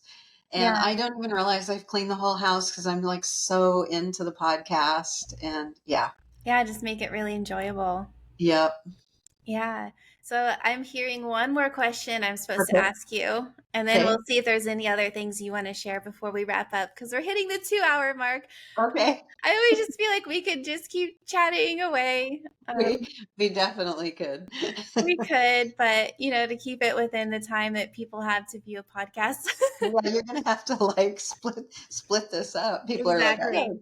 gotta go. Yes.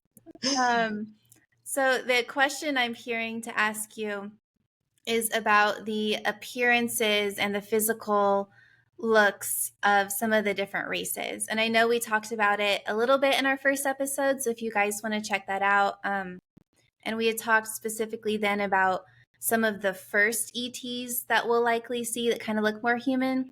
But could you just share what are the different races and what do their physical appearances look like? And I know Okay. it's like infinite, but what are some of the more common ones? Okay. So this is it is infinite, by the way.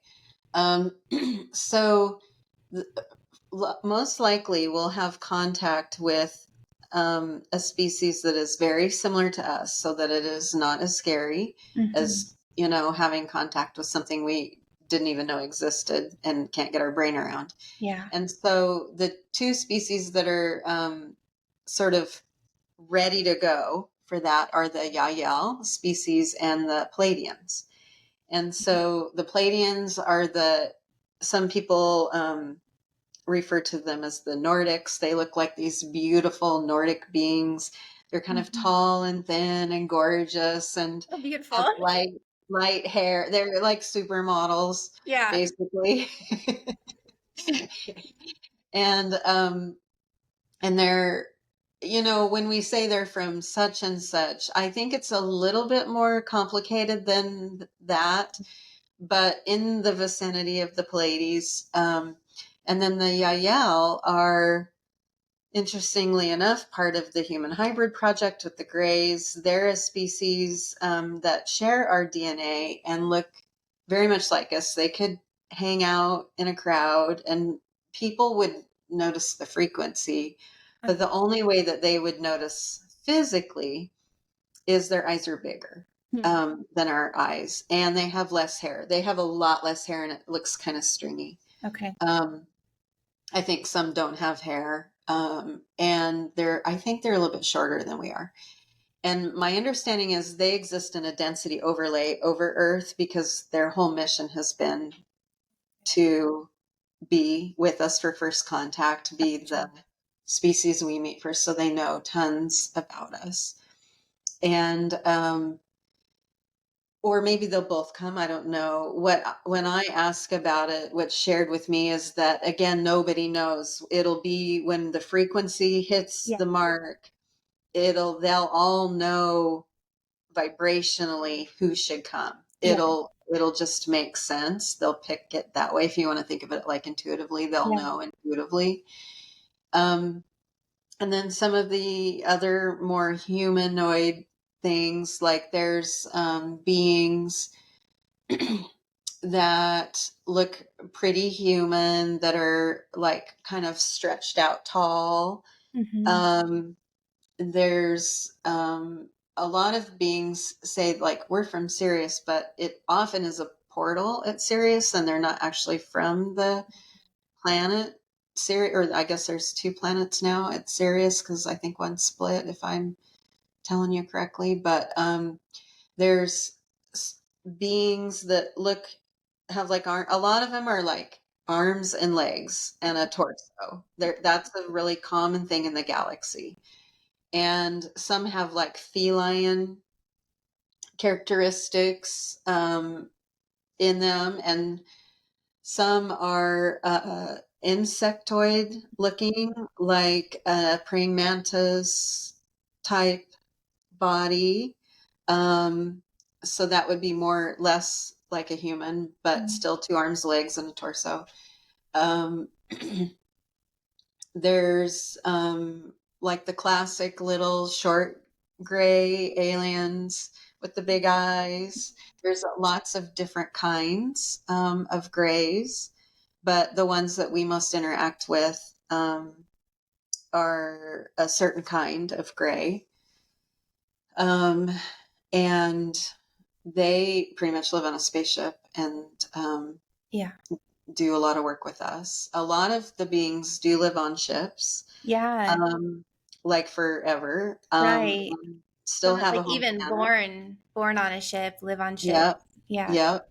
And some don't. Some come and go back to their planet. And then there's like strange and fantastical things. Like I've been talking to a species that's like an octopus. Wow. Yeah, and it's Cool. like a light body. It just looks like if you'd see an X-ray almost, but very glowy. And I just see their arms. I haven't seen like their head, if the head looks like an octopus, but it feels like an octopus to me. And there's blue beings. A lot of people see like blue bird-like beings. They call them the blue avians. I haven't had any action with them, but they're, again, arms and legs, pretty tall, and have like feathers on their head and are blue. There's some reptilian type beings. Now, there's a lot of folklore on the planet about, those crazy reptilians, and like a lot of stories about mean or nefarious reptilians. And not that those things don't exist somewhere, but it's my understanding that's not really happening here. But the reptilians that are around are like Alex, the counterpart of me, like I explained at the beginning of the video. There's reptilian, there's like thousands of versions of that. Yeah. But people, when they hear that, they think of these like tall lizard like in the movie Jupiter Ascending, that tapped into that storyline of those reptilians that were really tall with big tails that like, Right. And yeah, yeah, I've take you seen out in a pictures. second. Yeah. Yeah. Yeah. Yeah. Um, I'm trying to think what else. What else have you heard? Yeah. Um, Well, I was going to say a little bit about my experience. Most of my visual has been the human type looking ones. And I realize that's because I'm most familiar and they don't want to scare me. Um, yeah. so, like, and the team I've been working on First Contact with, they all are humanoid, kind of taller. I recently did meet a cat person and a mantis person, and I was really excited to see them because I felt like it meant I was progressing enough where I felt safe enough and comfortable. And the cat person, their energy felt like a warm kitty cat. Like I was more surprised that they both looked a little cat like, but it literally felt like if you were to hold a cat and just that warm cuddliness was just emanating from their body. And so I thought that was really neat. And the mantis person was doing a healing on me. So again, this is all in the astral realm, but I'm able to see them. Was doing a little healing and looked like they kind of had jointed arms.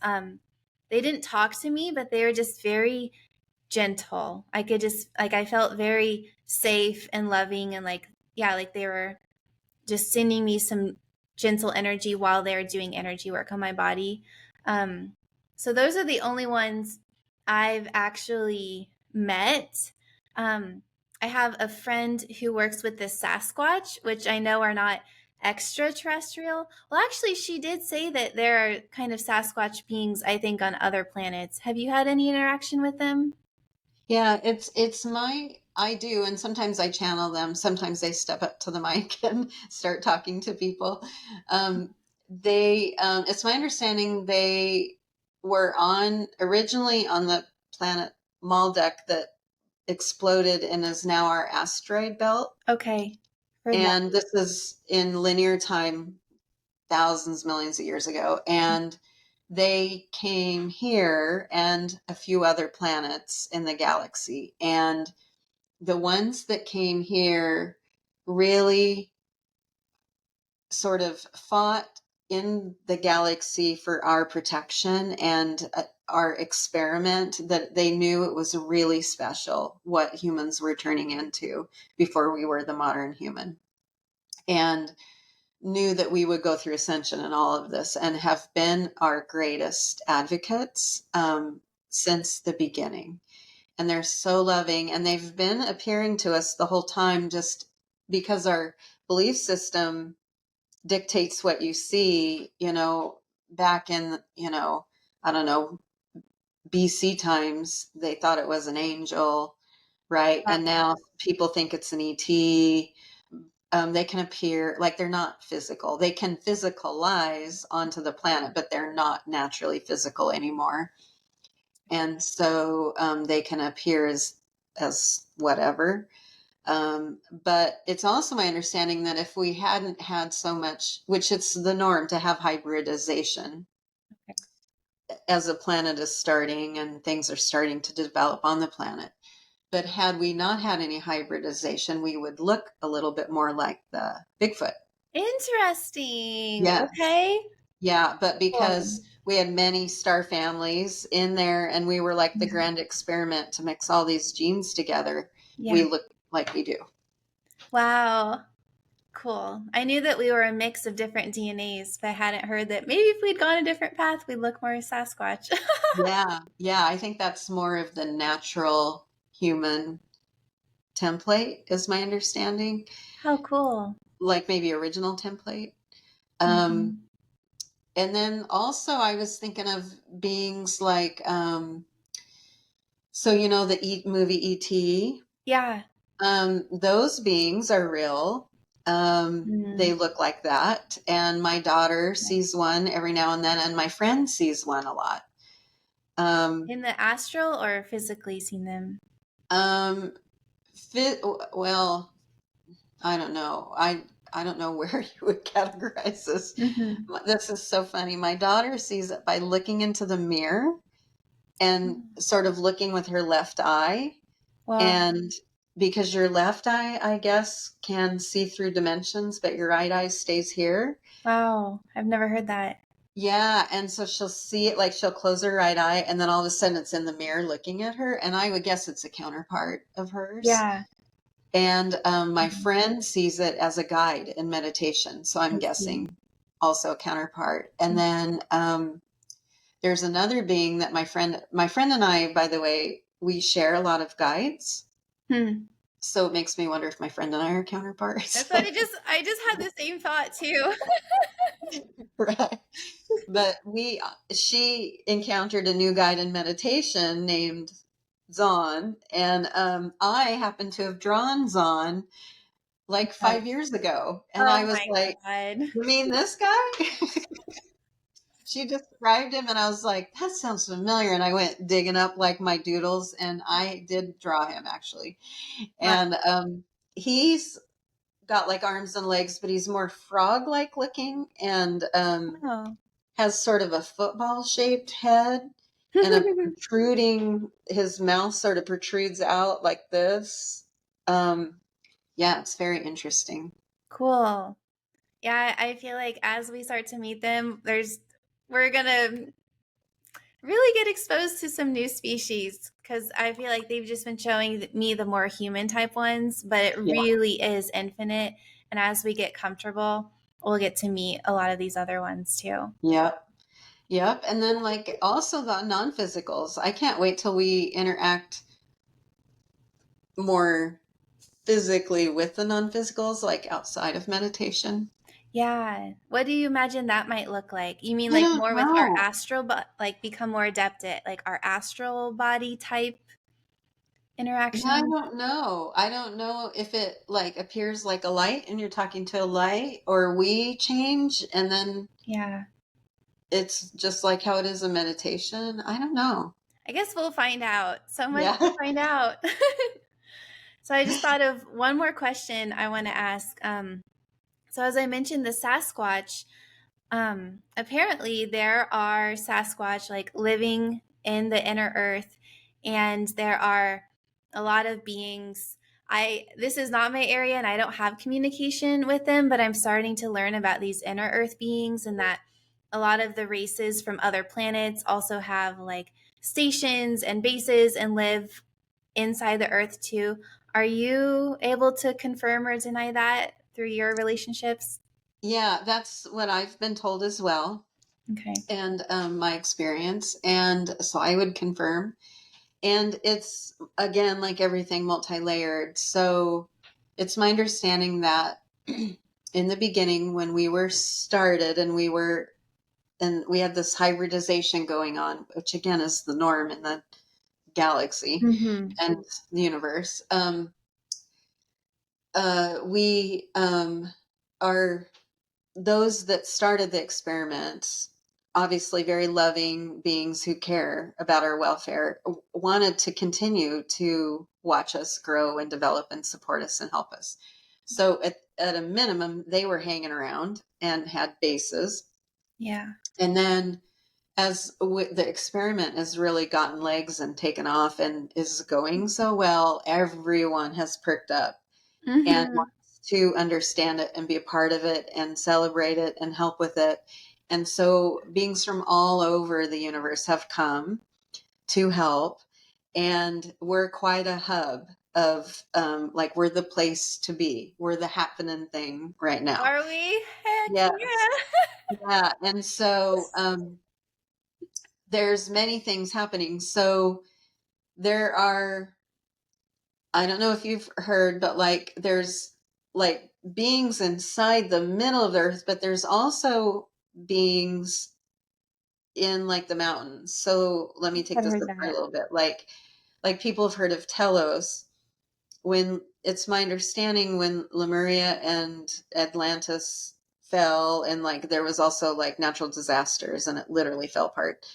Um, some of the people died, but some had the option of ascending and sort of taking refuge in the mountains. And I don't know if this is how it worked, but my understanding is that because they were so sequestered in the mountains, that they were already starting at a higher vibration than we are now back then, because we went in this deep density dive, that they could have they were already starting higher, so Yeah. their ascension went a little faster and easier, and because they were so sequestered, they moved up fast, and so they've been living on a higher density in the mountains on Earth. So if you dug a hole, you're not going to find them because they're on a higher density.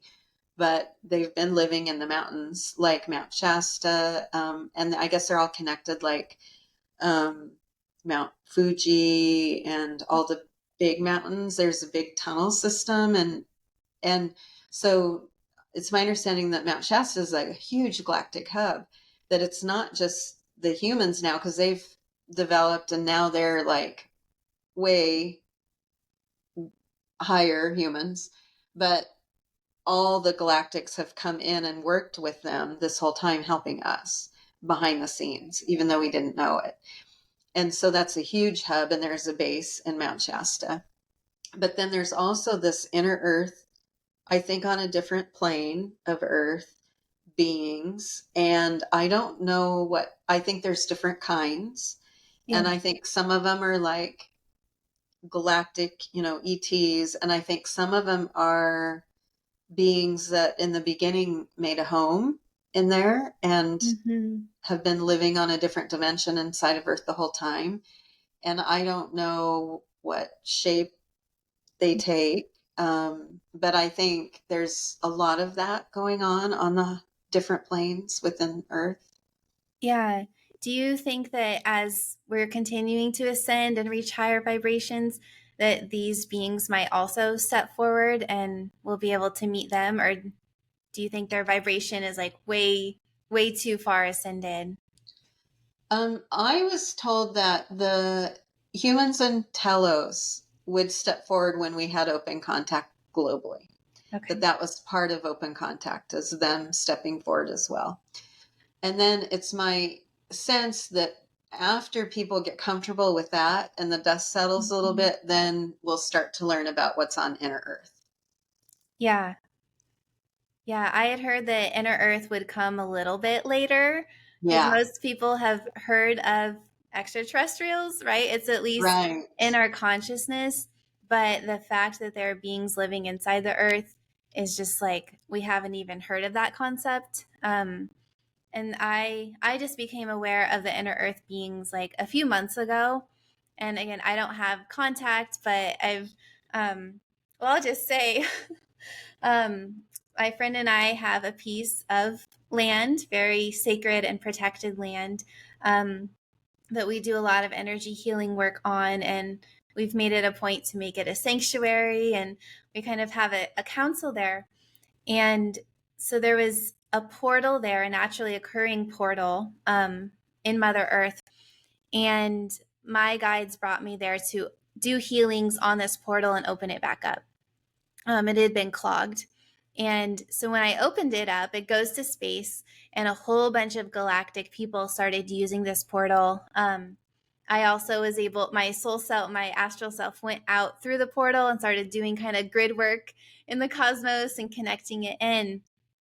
But after I opened that first portal, we started psychically seeing a second portal being built on the land. And so we were watching it. Um, and eventually it opens up and it connects into inner earth. Um, yeah. And then we had another woman do a channeling for us, and she says, this is the inner earth beings. They're going to be coming, at a later time to introduce themselves and work with you, but that'll be coming later. So, Yep. That's my sense too, that it's like yeah. the second wave. Um, Mhm. yeah. Yeah. Cool. Very cool. Well, we've been talking for 2 hours. I could keep chatting, but is there anything else you want to leave our viewers with as we wrap up today and share and prepare for open contact? My last comment is just have fun. That's your only job, is to have fun. I love that because that raises our vibration. Yes. Yeah. Have So fun. don't overcomplicate it. Keep it simple. That's great advice. Yeah. Yeah. Well, thank you so much, Beth, for sharing all of this. And I feel like Yeah. it's so confirming. Again, I have my own communication with E.T.s, but everything you're sharing is just confirming what I've been getting. So I feel like a huge relief. Yeah. Yay. I love that. Yeah. And that's my sense. People are starting to talk more now and they're like, oh, yes, I heard the same thing. So it's confirming to me too. And just thanks for having me on. I just love talking to you and Thank I love you. talking about all this stuff. So two great things at once.